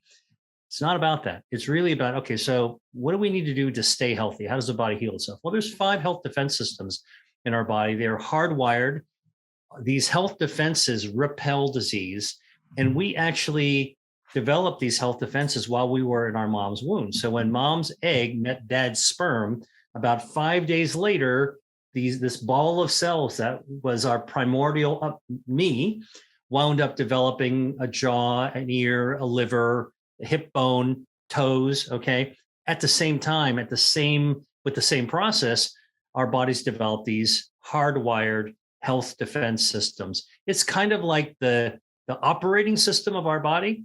So while the case and the hardware is being built and the keyboard is being built, the operating system that's being installed into us when we're at 9 months of age, popping out of the womb, we have all these health defenses. And by the way, this is actually why we don't get sick as often, seriously, when we're kids, right? So when we're adults, middle age or even older, people go, man, why did I get arthritis? Or why did I get dementia? Why did I get cancer? Why did I get diabetes? And then it becomes sort of like the bad person, guilty, kind of game. Like, it really messes with your mind. I like to actually ask a different question. Not why do we get sick, but how come we don't get sick more often, right? And the answer to that is because, well, actually, we usually do pretty well over the course of our lives, most of our lives, because our body's health defenses are activating. So what are these 5 health defenses? You've got blood vessels, angiogenesis. Our circulation defends us from disease. You've got stem cells that heal us from the inside out. They actually replace parts of our organ that are broken. It's kind of like taking your car to the shop. You need a new spark plug, no problem. Stem cells come right in and put a new one in. Third is our gut microbiome, which I think is sort of like a new frontier, right? So today they announced this big global press announcement, like we just discovered and took a picture of the black hole. I don't know if you saw that in the news. I saw that because one of my favorite musicians posted it. He's known for a song about black holes, and so he shared it. So that's how I saw it. But yeah, very remarkable. Remarkable, right? I mean, like humankind changing. Well, I can tell you that, you know, the whole idea about the gut microbiome, our bacterial selves, is kind of like this earth-shaking idea that we're not fully human. So, you know, we're not the Terminator, but we're not fully human either. You know, the machine part of our cyborg is actually bacteria growing inside our body. And when I was in medical school, by the way, you know, I can tell you second year medical students and even first year medical students are told that when we study microbiology, that's a study of microorganisms, we had to memorize chapters of all the bad bacteria that we want to kill and get rid of. And that's really how doctors are minted, with this idea burned into our head that must kill bad bacteria. Okay. And in fact, the reality that we have now is that most of the bacteria associated with humans is good. There are relatively few bad guys that are out there. You know, it's kind of like going into your perfectly peaceful neighborhood. There might be some ruffians living in some of those houses, but you do not burn the whole neighborhood down to try to get them, right? So now we're actually completely reversing our thinking about bacteria, one of our health defense systems. There's also our DNA, more than a genetic code. Our DNA is programmed, hardwired to fix itself from damage. When I talk about damage to DNA, here's some simple things, right? So you're in Los Angeles, you got beautiful sunny days, and you're stuck on the I-10 in traffic for hours at a time. I know, I've been there before, okay, in that traffic. And you know that you shouldn't be on that beach that you're stuck in traffic by, because if you were out there for hours, you would get sunburned, which would cause mutations to your DNA and increase your risk for skin cancer, which could be fatal. Right? Now, here you are with the window down and the sun shining into the same ultraviolet radiation is pounding you in the face and burning your arm up for an hour, maybe more, without sunscreen. So how come we don't actually get skin cancer just being stuck in traffic? Because our DNA fixes itself when it gets damaged by ultraviolet radiation or radon from the ground or off-gassing from your new carpet, okay, or the fumes from the detergent coming out of your washing machine or dryer. Yeah, the DNA gets damaged, but it fixes itself, a huge defense system. And then finally, our immune system. And this is an area I've really spent a lot of time over the last couple of years diving more deeply into, is this new frontier about our immunity. Now, I'm not going to talk about COVID because I think we've all talked enough about it, but I will tell you where my point of view from immunity is. Our immune systems, when right-sized and given the chance, is strong enough at any age, including old age, to wipe out cancer, even cancer that is spread to your brain. Okay, so the game over kind of situation need not be over if you can actually get your immune system to do the right thing. And this is where all these hardwired health defenses are really changing our conception of what it is that we're able to do. We're starting to think about health less as this passive state that, you know, we get to enjoy until fate crushes it with, you know, some unfortunate disease. And then we got to go to the doctor or we got to go to some alternative medicine. What I would say is that, look, you know, the food that we eat every single day ministers to our body and activates our health defenses. And those health defenses, when they're supported, they are firing on all cylinders, helping us resist disease. And that's how we live long and prosper. That's the through line. So that's how food truly can act as medicine, by supporting each of these 5 different defenses. Yeah. So let's pick apart a few of them. So bacteria, I thought that was super interesting that you said that the vast majority of bacteria that we're exposed to are actually beneficial bacteria. Yeah. And, you know, I mean, and it's really kind of something, a powerful contradiction to how most of us grew up even as kids, right? Like your kindergarten teacher, your mom told you, don't touch that. It's going to be full of bacteria. Oh, don't eat that because it's going to be contaminated. The 5-second rule in the restaurant, oops, dropped on the ground. That's going to be contaminated. It's got bacteria on it.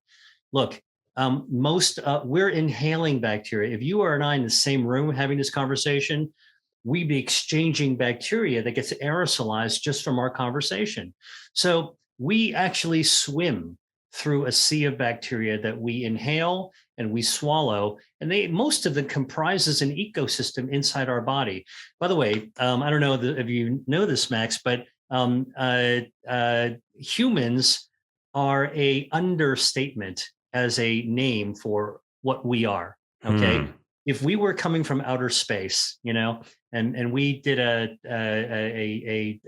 we jumped from another universe into the one we have now, and then zoomed onto Earth, and we were looking through our ship and our screens and saw, that bipeds, people walking on 2 legs, wearing clothes. We would not call them humans. You know what we'd call them if we really knew what was inside us? We would call these 2-legged walking individual figures holobionts. HOLOBIONTS. Holobionts.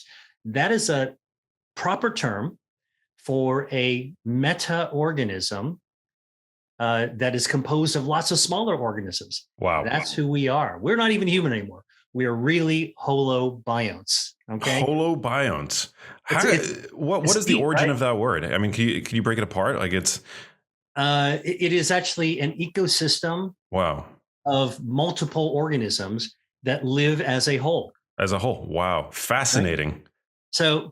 So, I mean, I wanted to bring that to your podcast because people need to understand just how powerful our gut bacteria is. Now, look, there's a lot of people out there that talk about, take this probiotic and do, eat my fermented food. And yes, all of those things seem to be important.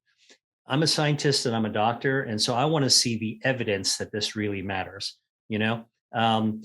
Okay, so here's a recent study that came out, it was published in the journal Nature Medicine, and they were looking at about 100 patients with malignant melanoma. All right, this is the skin cancer, the kind of skin cancer you get from sunburning or being in a suntan booth. And they were getting this kind of new cancer treatment called immunotherapy. Okay, and immunotherapy is the most natural way of treating cancer you can think of because it's not chemo. It doesn't kill bacteria. It does not burn things. All it does is it activates your own immune system. So your defenses can do their job to wipe out cancer. Your immune system detects healthy self, and it also finds things that are not so healthy, whether it's a bacteria or a virus or a tumor. Okay. And when it finds it, it will just gobble up and start to destroy the cancer. And that's what immunotherapy is all about. Wow. Quick example, President Jimmy Carter, oldest living president in the United States. He's, almost 100, actually he's in the late 90s. Okay. When he retired from his presidency, he wound up with his wife building houses for homeless people through Habitats for Humanity. Like what an amazing commitment to public service. All right. Except he was in Georgia doing it under this blazing Georgia sun, and he got melanoma on his arm. It spread to his liver, spread to his brain. And when his doctors diagnosed the cancer metastasis to his brain, they told him, look, buddy, this is game over. We can't, there's nothing for you. Well, right at that moment in time, clinical trials were underway of immunotherapy, of which former President Jimmy Carter became one of the first recipients.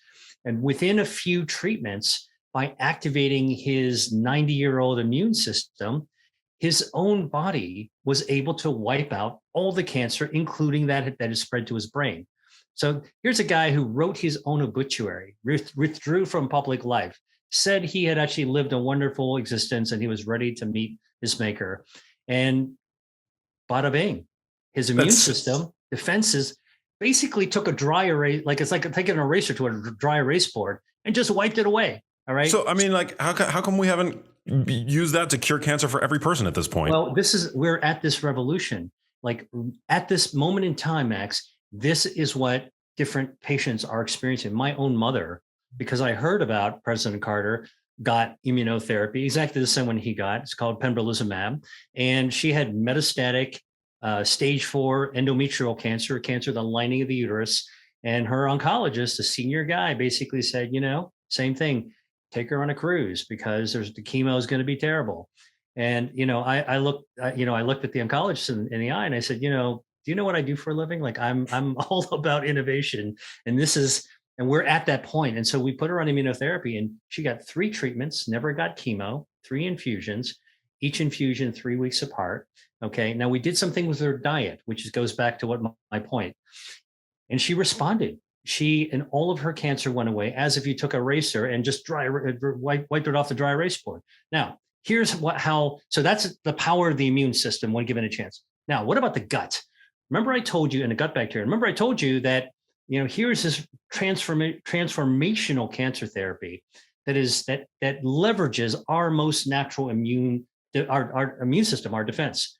But our immune system is codependent in some ways on our gut health. When our gut is healthy and we've got good bacteria working for us, it talks to our immune system. Now, why does that work? All right. Now you need to have a little knowledge of anatomy here. So our gut is basically this long tube. So think about the garden hose in the summer, all coiled up, right? And it's connected to the thing in the wall. And you've got lots and lots of coil. It's all coiled inside our body, about 40 feet. Now, longer than a Greyhound bus, okay? And it's all coiled, packed up inside there neatly, okay? It's one of those things, by the way, in surgery, if you've ever watched a real surgery and a surgeon has to go in there and dig something out of your gut, they pull all the guts out. Oh, God. And then they got to pack it again. So you ever unpack your suitcase like in a hotel and then you got to pack it back up quickly? All right. It's not that easy. When they unpack it, do they unfurl it and then have to put it back into its natural configuration? Yes, sir. So the surgeons know how to do that? Yeah. It's like packing a suitcase. It's Wow. the thing you don't see because it's a little shocking to actually see, but it's quite remarkable how, this flap goes back, this piece goes on top of there, this one goes on top of there. I mean, it's like origami, but with your internal organs. All right. So that's insane. You got to have the right folds. Are the folds connected to one another via something? They sure are. You may not know this. I'm spilling the beans of what people see in the operating room. You open up your gut, okay, your skin and your belly. You've got this big apron, okay, that you never even heard about because it's not in weightlifting magazines. It's called the omentum. And this thing is literally an apron that is moving like an octopus in our bellies. And it's made out of 100% fat. Wow. Okay. And this moving fat-like octopus called the omentum actually is loaded with our defense system. And what it does is it's continuously conducting surveillance, looking for problems in the gut. In the grocery store now, you'll see these robots that are kind of moving around all by themselves. Yeah. Checking out customers. Well, that's what the omentum is. It's roving around. It roves around. It's called the policeman of the abdomen. Wow. All right. And this policeman goes around looking for problems because if you had a hole in your gut, it could kill you really fast. So when it spots a problem, a leak, a hole, perforation, a problem in the gut, the octopus goes right there, wraps right around it, seals it off, and then really focuses the immune system to try to control and contain and heal things in ways that we wouldn't ever know. How incredible. The body's amazing. So here's the thing, though. If you take a look at the gut and you were to cut the gut, the intestines in cross section, open it up, it would look like a garden hose. The same thing that you actually had in outside in the summertime. And if you look in the middle of your garden hose, it's it's pretty thick. It's got an opening in the middle, and in the wall of the garden hose, in the wall of our intestines, is 70% of our immune system is living inside the wall of our intestines. Now, in the whole of the intestines, okay, that's where the bacteria are. So the bacteria talks to our immune system because they are literally roommates. Okay. And the analogy I give, remember in college, like basically when you're a freshman in college and you're living in a dorm and the walls are always thin, you want to ask your buddy what he wants for pizza that night. You just yell it right through the wall. Yeah. All right. What do you want in your pizza, right? And so that's how the bacteria in our immune system communicate. All right. Now, when the bacteria are happy, they give good instructions to the immune system. The immune system will follow the instructions, such as, hey, please go after those cancer cells. All right. We've got immunotherapy. When the gut is unhappy, meaning disorganized, the ecosystem's damaged, you're having too much sugar, too much alcohol, too much red meat, too much processed meats, too much ultra processed foods, things that really upset our gut. Look, all of us have been there. You're eating some food and man, you don't feel so good afterwards. Maybe for a couple of days, your tummy's upset when you were a kid. That is, listen to your body. The holobiont, some of those other bacteria are telling you, man, it's not happy. The neighborhood is like heating up. All right. And so the problem with that is that then your immune system isn't being communicated with properly. And so with the immunotherapy, what my mother got, what Jimmy Carter got, again, many other cancer patients now, it turns out these immune treatments work marvelously, amazingly, I would say, to really help people overcome their disease, even in ways we never thought possible, only 20% of the time. 20% of the time.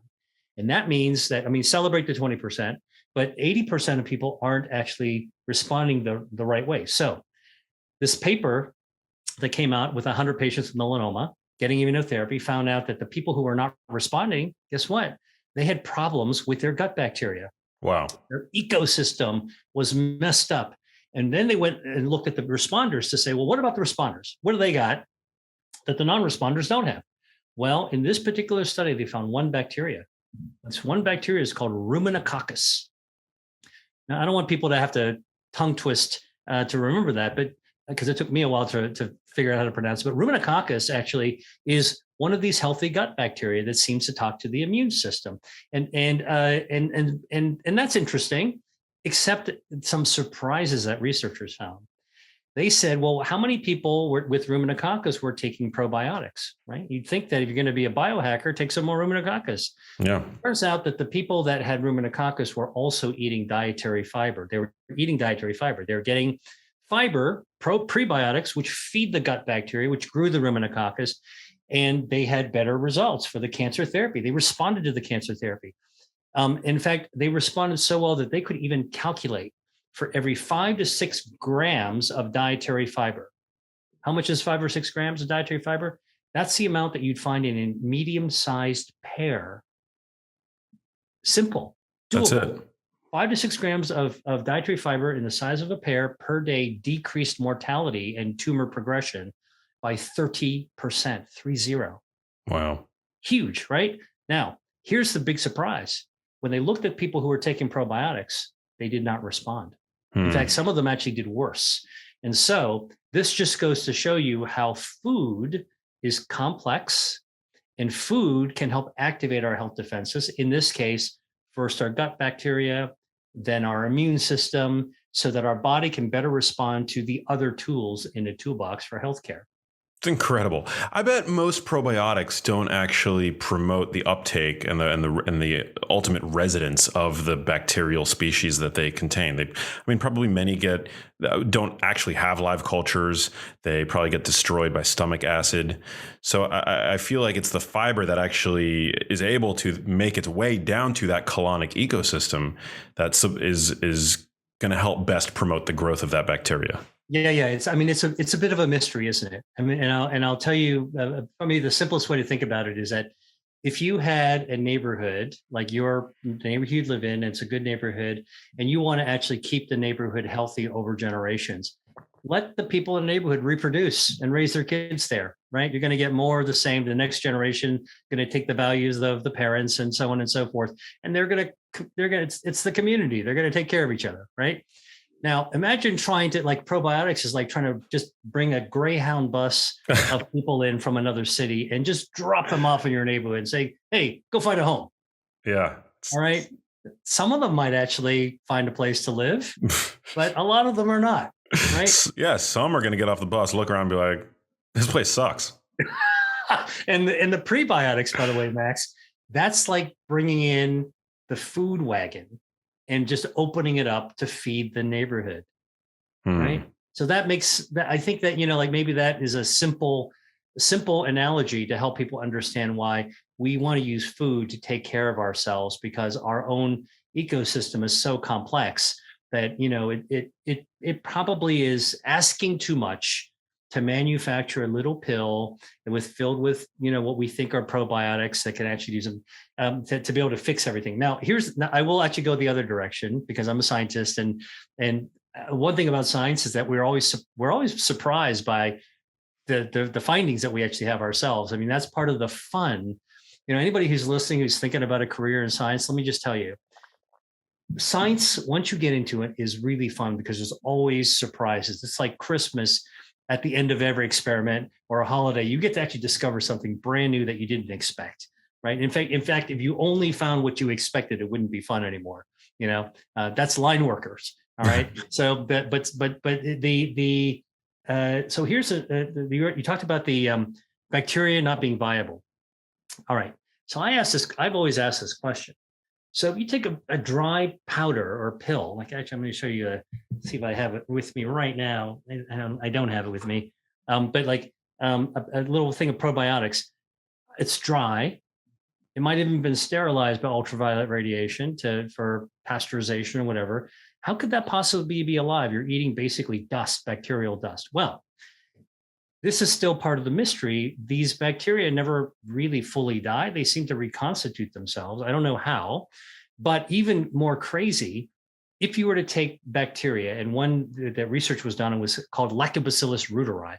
This is a bacteria that's found in yogurt. It's found in sourdough bread. It's found in Parmigiano Reggiano cheese. It's the starter for it. Okay. So it's a healthy gut bacteria. It's a gut bacteria that lives in our colon, and that when moms are about 8 months pregnant, the bacteria can sense the low stage of pregnancy, and the uterus pretty much lets the bacteria know. Your bacteria sends a text message to say, hey, I'm ready to move. And other blood cells go down to your colon and pick up this bacteria like an Uber. Wow. And drop off the bacteria right in the breast near the nipple. Wow. So that when the baby's born, crawls up to mom, skin time, goes up to the nipple, takes a big suck, gets that lactobacillus right into their gut.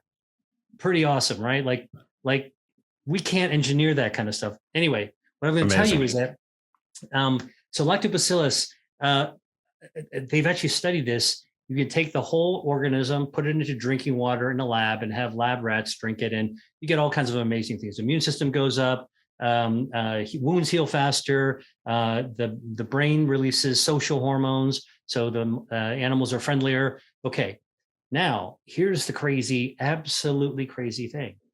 You can take that bacteria before you put it in the water, and you can subject it to an ultrasound. So this is like the Marvel universe. You use ultrasound to completely fragment and blast apart the bacteria. So it's in millions of tiny little fragments. Put that in drinking water, and guess what? You'll get the exact same response in the animals. Heals faster, immune system goes up, social hormones go out. Wow, doesn't even need to be alive. So is it? So I'm just telling you, like, this is an undiscovered country. It's fascinating. I mean, but like, what would even be the proposed mechanism in that case? It's just parts of the cell? It may be fragments of the cell that are enough to actually trigger certain responses. Wow. It could be fragments of the cell of one bacteria that activate other bacteria that are already in your gut to do something else. Think about like a box of Legos, right? If you need one part to fit into another part to create the Batmobile or whatever it is you're trying to build, or the space shuttle, the Empire State Building, like there are parts that we don't understand in our gut microbiome. And that's why, I always tell people who want to know my view on this is that I'm super excited by the gut microbiome. Obviously, I think it's super important. I've done research in it myself.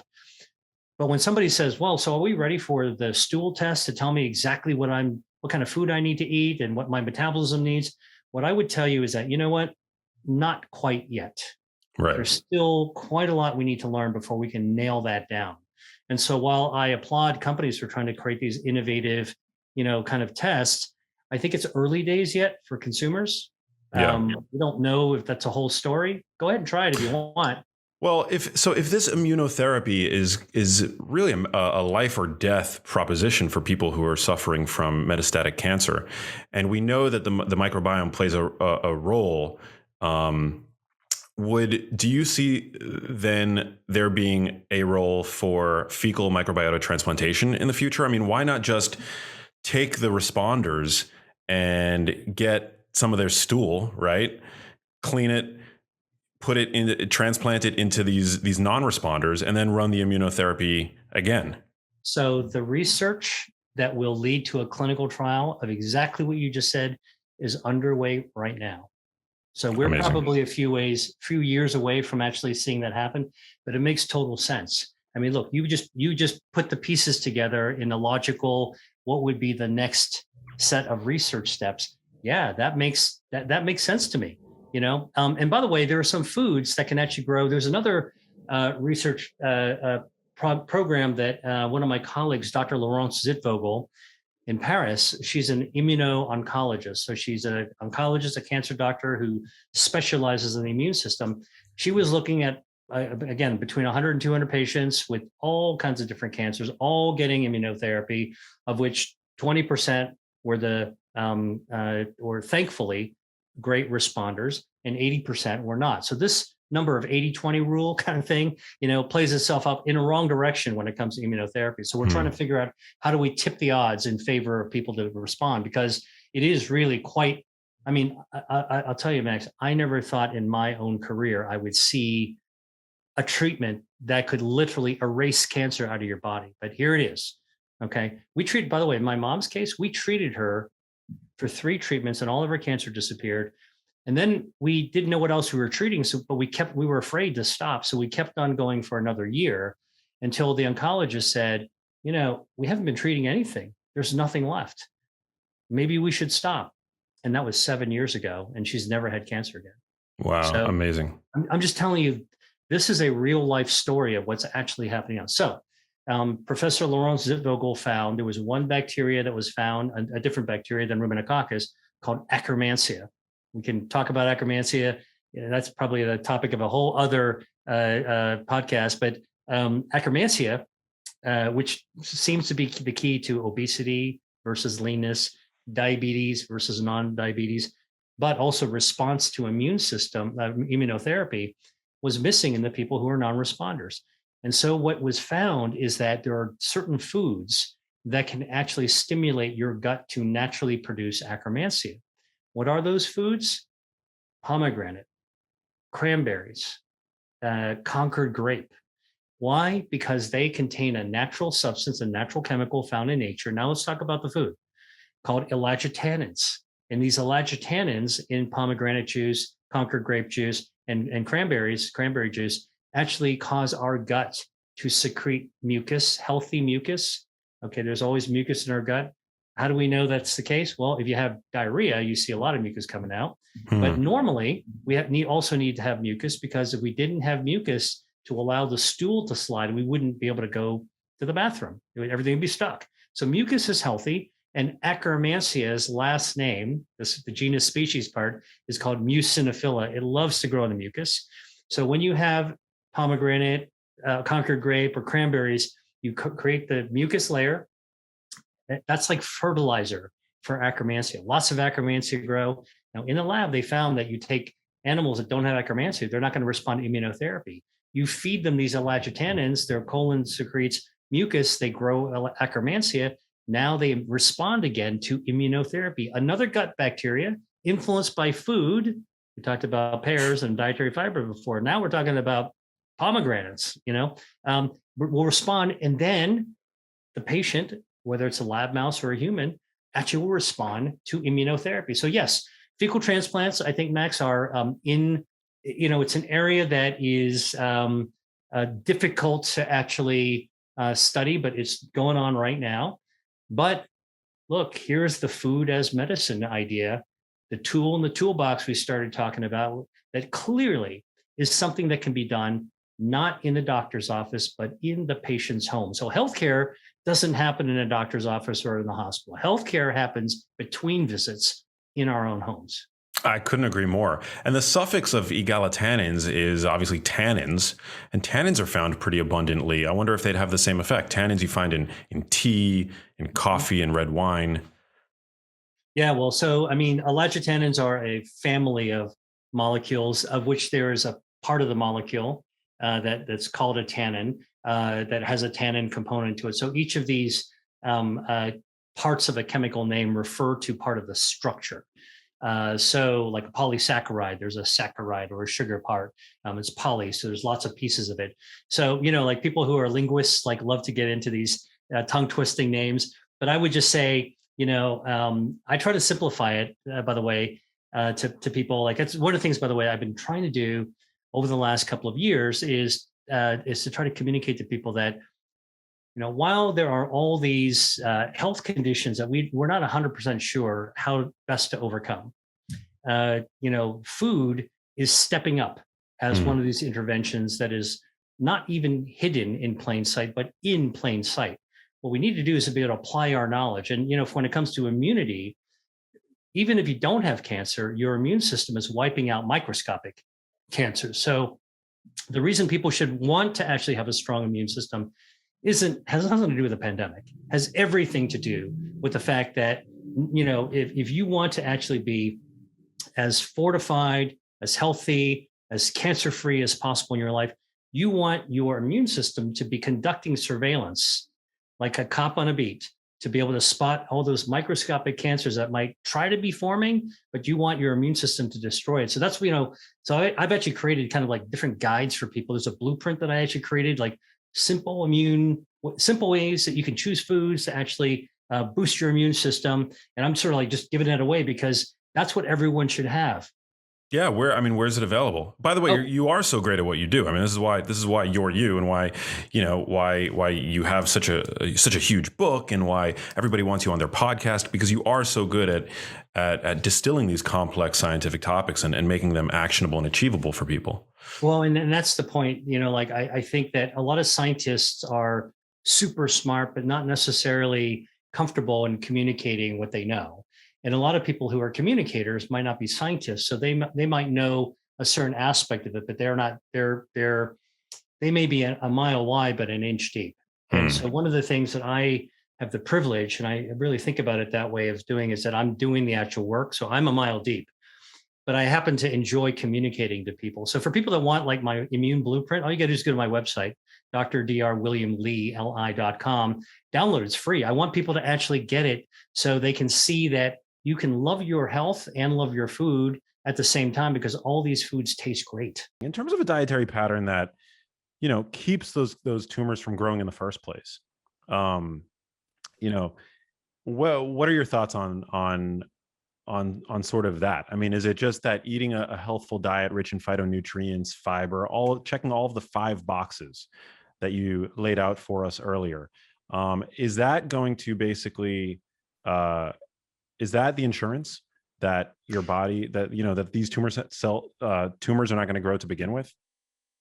I follow the evidence. And so basically, the evidence is pretty overwhelming that if you drink green tea regularly, even a single cup, but ideally 3 to 4 cups of green tea a day. And if my great uncle who lived to 104, he drank probably 6, maybe 10 cups of green tea a day.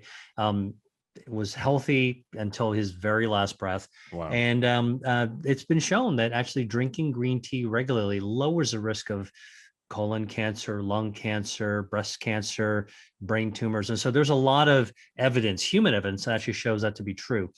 Tomatoes been shown to lower the risk of prostate cancer. We talked about that.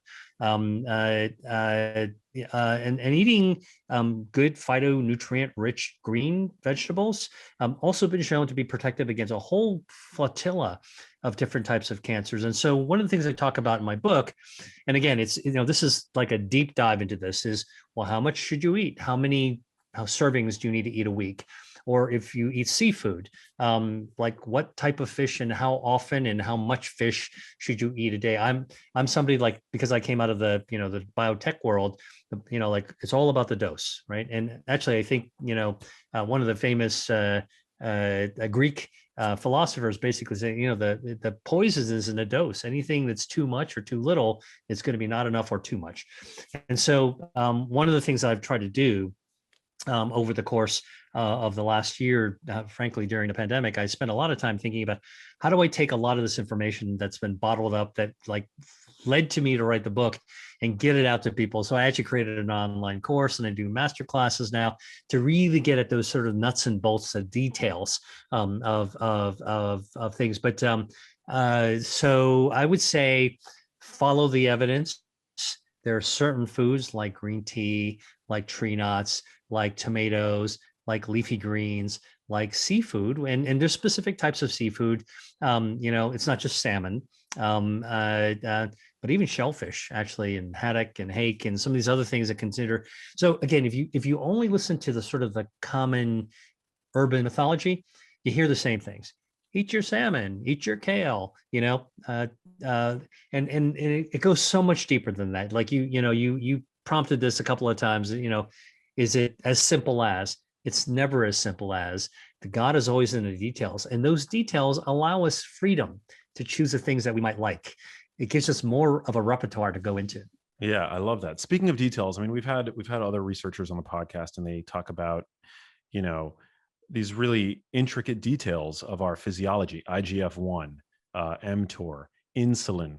Do those come up at all in your recommendations? Do you talk about, minimizing glycemic variability with your dietary choices? Do you talk about, keeping insulin low, not spiking it with, too many the consumption of too many carbohydrates, added sugars, and things like that? Or is it more big picture for you, just, prioritizing food quality, which is Well, here's the thing. Which is what it sounds like to be. Well, here's the thing. I'm a researcher, so I am into those details, the glycemic index, the CRPs, and all these other things that a lot of people talk about. But when I actually try to communicate to people who are really interested in changing their lives for the better, just want to optimize their health, they don't want to be told, they don't need to know all the details, right? They want to feel more empowered. And so I try to kind of up my own game by trying to simplify the details into things that people can use. Like, and if you want to have that conversation, like if one wants to have that conversation about the tomatoes and how do you cook them and what happens to the chirality of the lycopene molecule, we can get into that stuff. But look, I just told you, if you're a man and you want to lower your risk of prostate cancer, tomatoes are great. 2 to 3 servings, half a cup each time. If you cook it, it actually makes it a little bit better for you. And if you're asking me, what's the most potent tomato that I should choose from? I would say San Marzano tomatoes actually have the highest amount of lycopene. Like I like to actually message in ways that make sense to people, that are really practical. But absolutely, put me in the Olympic ring and give me an épée, and we can fence and go into all those details. I love it. Were you a foodie before you became a scientist? Like when did those two passions for you converge? I first of all grew up in a background. My background is Asian, but I grew up in America. I was born here, and I ate a lot of fresh home cooked foods with fresh whole plant-based foods all the time. It was a treat when I had a sloppy Joe. I mean, it was a very rare day when I had a lasagna or whatever it was. I mean, I used to covet those things, like, oh man, my friends are having all this great stuff. But I really grew up eating mostly a plant-based whole foods diet. But I also grew up in a family and with friends who really enjoyed eating. And so when I went to college, I love to explore foods, and a lot of people don't know this, but I enjoy cooking, and if you in order to enjoy cooking, in order to cook well, you have to like to eat. And when I finished college, I did a gap year before I went to medical school, and I actually, and this is I hate to say it, it's like 1984. I took a gap year and I went to Europe. And where did I live? I lived in Italy, in Greece. Why? Specifically to study the the culture and traditions of food and how they related to health. So this is a long time ago, before people were talking about the Mediterranean diet. I was living it by being there in northern Italy and in traveling all around. I went over to Greece. I even went mountain climbing because that's something that was a hobby of mine back then. And I climbed up in this area called Mount Athos, which is like the theocratic republic of Eastern Orthodoxy, to get into monasteries to study how monks who are vegetarians live their lives. And I volunteered as a chef in a monastery, and like was stirring beans with this like canoe-sized spoon in this cauldron in this monastery that like cooked everything by fire. And so, I am a foodie. And I think that, again, this intimacy is something that's very personal to me, as it is to everybody. But I love like exploration. I just think that, I would tell you, I love food. I respect food. I wouldn't say I love to eat. So I'm not somebody that shovels food down my mouth. I like to taste. I like to explore. I like to understand. And I think that that's something I like to share with people. I really appreciate that. And I can totally relate as well. You mentioned as one of your 5 pillars, the immune system. And, we've heard a lot about inflammation. Inflammation is a feature of the immune system. It's not necessarily bad. It's not necessarily good. Can you talk to my audience a little bit about what inflammation is and maybe the foods that can help dampen inflammation in the body? Because we know that inflammation plays such an important role in the etiology of chronic disease. Absolutely. So first of all, if we didn't have inflammation, we probably would have died as kids, because when we cut ourselves, on a swing set or, on building blocks or, a scuffle in the schoolyard or whatever it is, that cut that you get, we fall off your bicycle, you skin your knee. What's the first thing that happens? You get a little bit of redness. It's painful. You get a little bit of redness, a little bit of swelling. That's inflammation. That's our body's natural first line of defense. And inflammation is just one part of our immune system. It's the front line, and it's designed inherently to get rid of bacteria that might enter the body if we actually are injured. So a little inflammation is really, really important. And what our body knows how to do is to ramp up the inflammation quickly, which is why when you cut yourself, you get that swelling within seconds, frankly, definitely within minutes. And then what happens over the course of a day or 2 days or 3 days, your body tones that down, turns the volume way down, and then turns it off. So inflammation is a defensive part of our immune system that our body turns on and then turns off. If you can't turn it off, you get chronic inflammation. And that's the problem that we see in chronic diseases. In diabetes, we've got chronic inflammation. In heart disease, chronic inflammation. Cancer, chronic inflammation.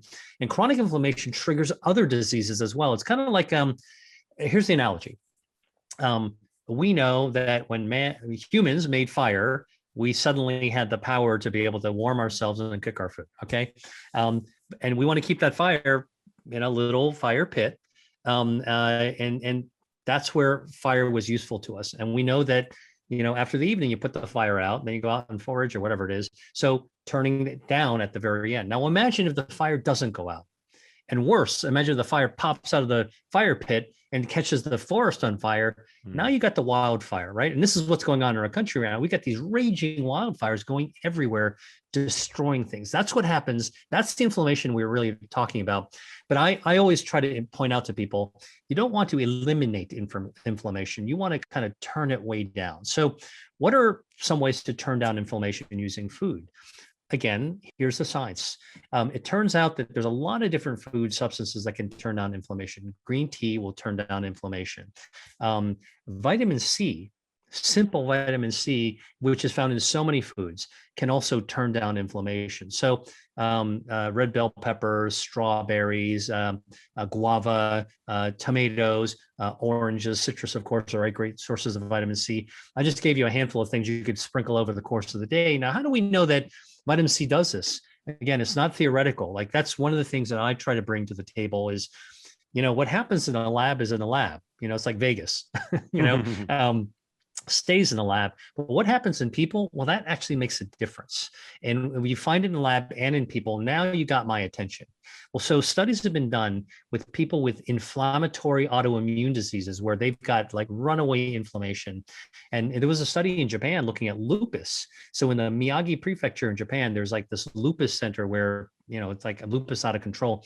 And they found that people, women mostly with lupus who had this chronic inflammation, that those women who ate more vitamin C containing foods like guava, tomatoes, strawberries, those kinds of things, bell peppers, they had high levels of vitamin C and they had lower levels of inflammation as measured by CRP, and they had less lupus flares. That's human. That's feasible. And that can be delicious as well. Yeah. So I have to ask, have there been trials to look at supplemental vitamin C, and have they seen the same results? Because I believe that study that you just referenced, I mean, it sounded to me like an observational study, right? So have they been able to tease that out and look at supplementary vitamin C? So here's not yet to my knowledge, and here's part of the problem. Once you get to a randomized, double-blind, placebo-controlled clinical trial approved by an institutional review board in a hospital, and you want to get these patients with lupus, the research is now changing. But the old school way, you're going to get people with runaway, out of control lupus at the end of their game. Okay. And then they're going to also be on steroids, and they're going to be on all these monoclonal antibodies. And now you're not really studying kind of the real world anymore. You're taking the train wrecks, the worst of the worst, and trying to see if a vitamin is going to make a dent. I'm talking about people that, are living their lives normally, not in a hospital, and are just trying to get their stuff under control. Right. And so that's where these observational studies are, to your point, they're important hypothesis generation. But the hypothesis should be tested. But the hypothesis is also easily tested by people as soon as they hear about it in their home that night after they hear about it. Food has immediacy. So what I would say is that we should all be eager to conduct our own clinical studies on ourselves if we think that there's a study and good science that actually points a finger towards a direction that we can actually get behind. Yeah. One of the most, I think, typically when people think of inflammation and supplements that are commonly talked about, they think fish oil, omega-3 fatty acids. What are your thoughts on those as a potential anti-inflammatory intervention? The fish oil has been studied as a supplement. And, I think that a large body of evidence is that it does have good anti-inflammatory benefits.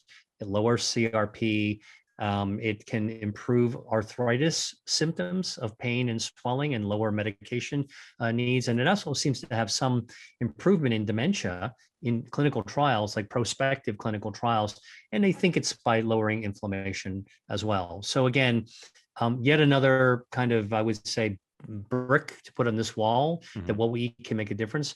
But here's what I would tell you. Like, some people love to take supplements. I know people who, that's their thing. They want to take a bunch of pills in the morning and they feel good about them. And I'm okay with that.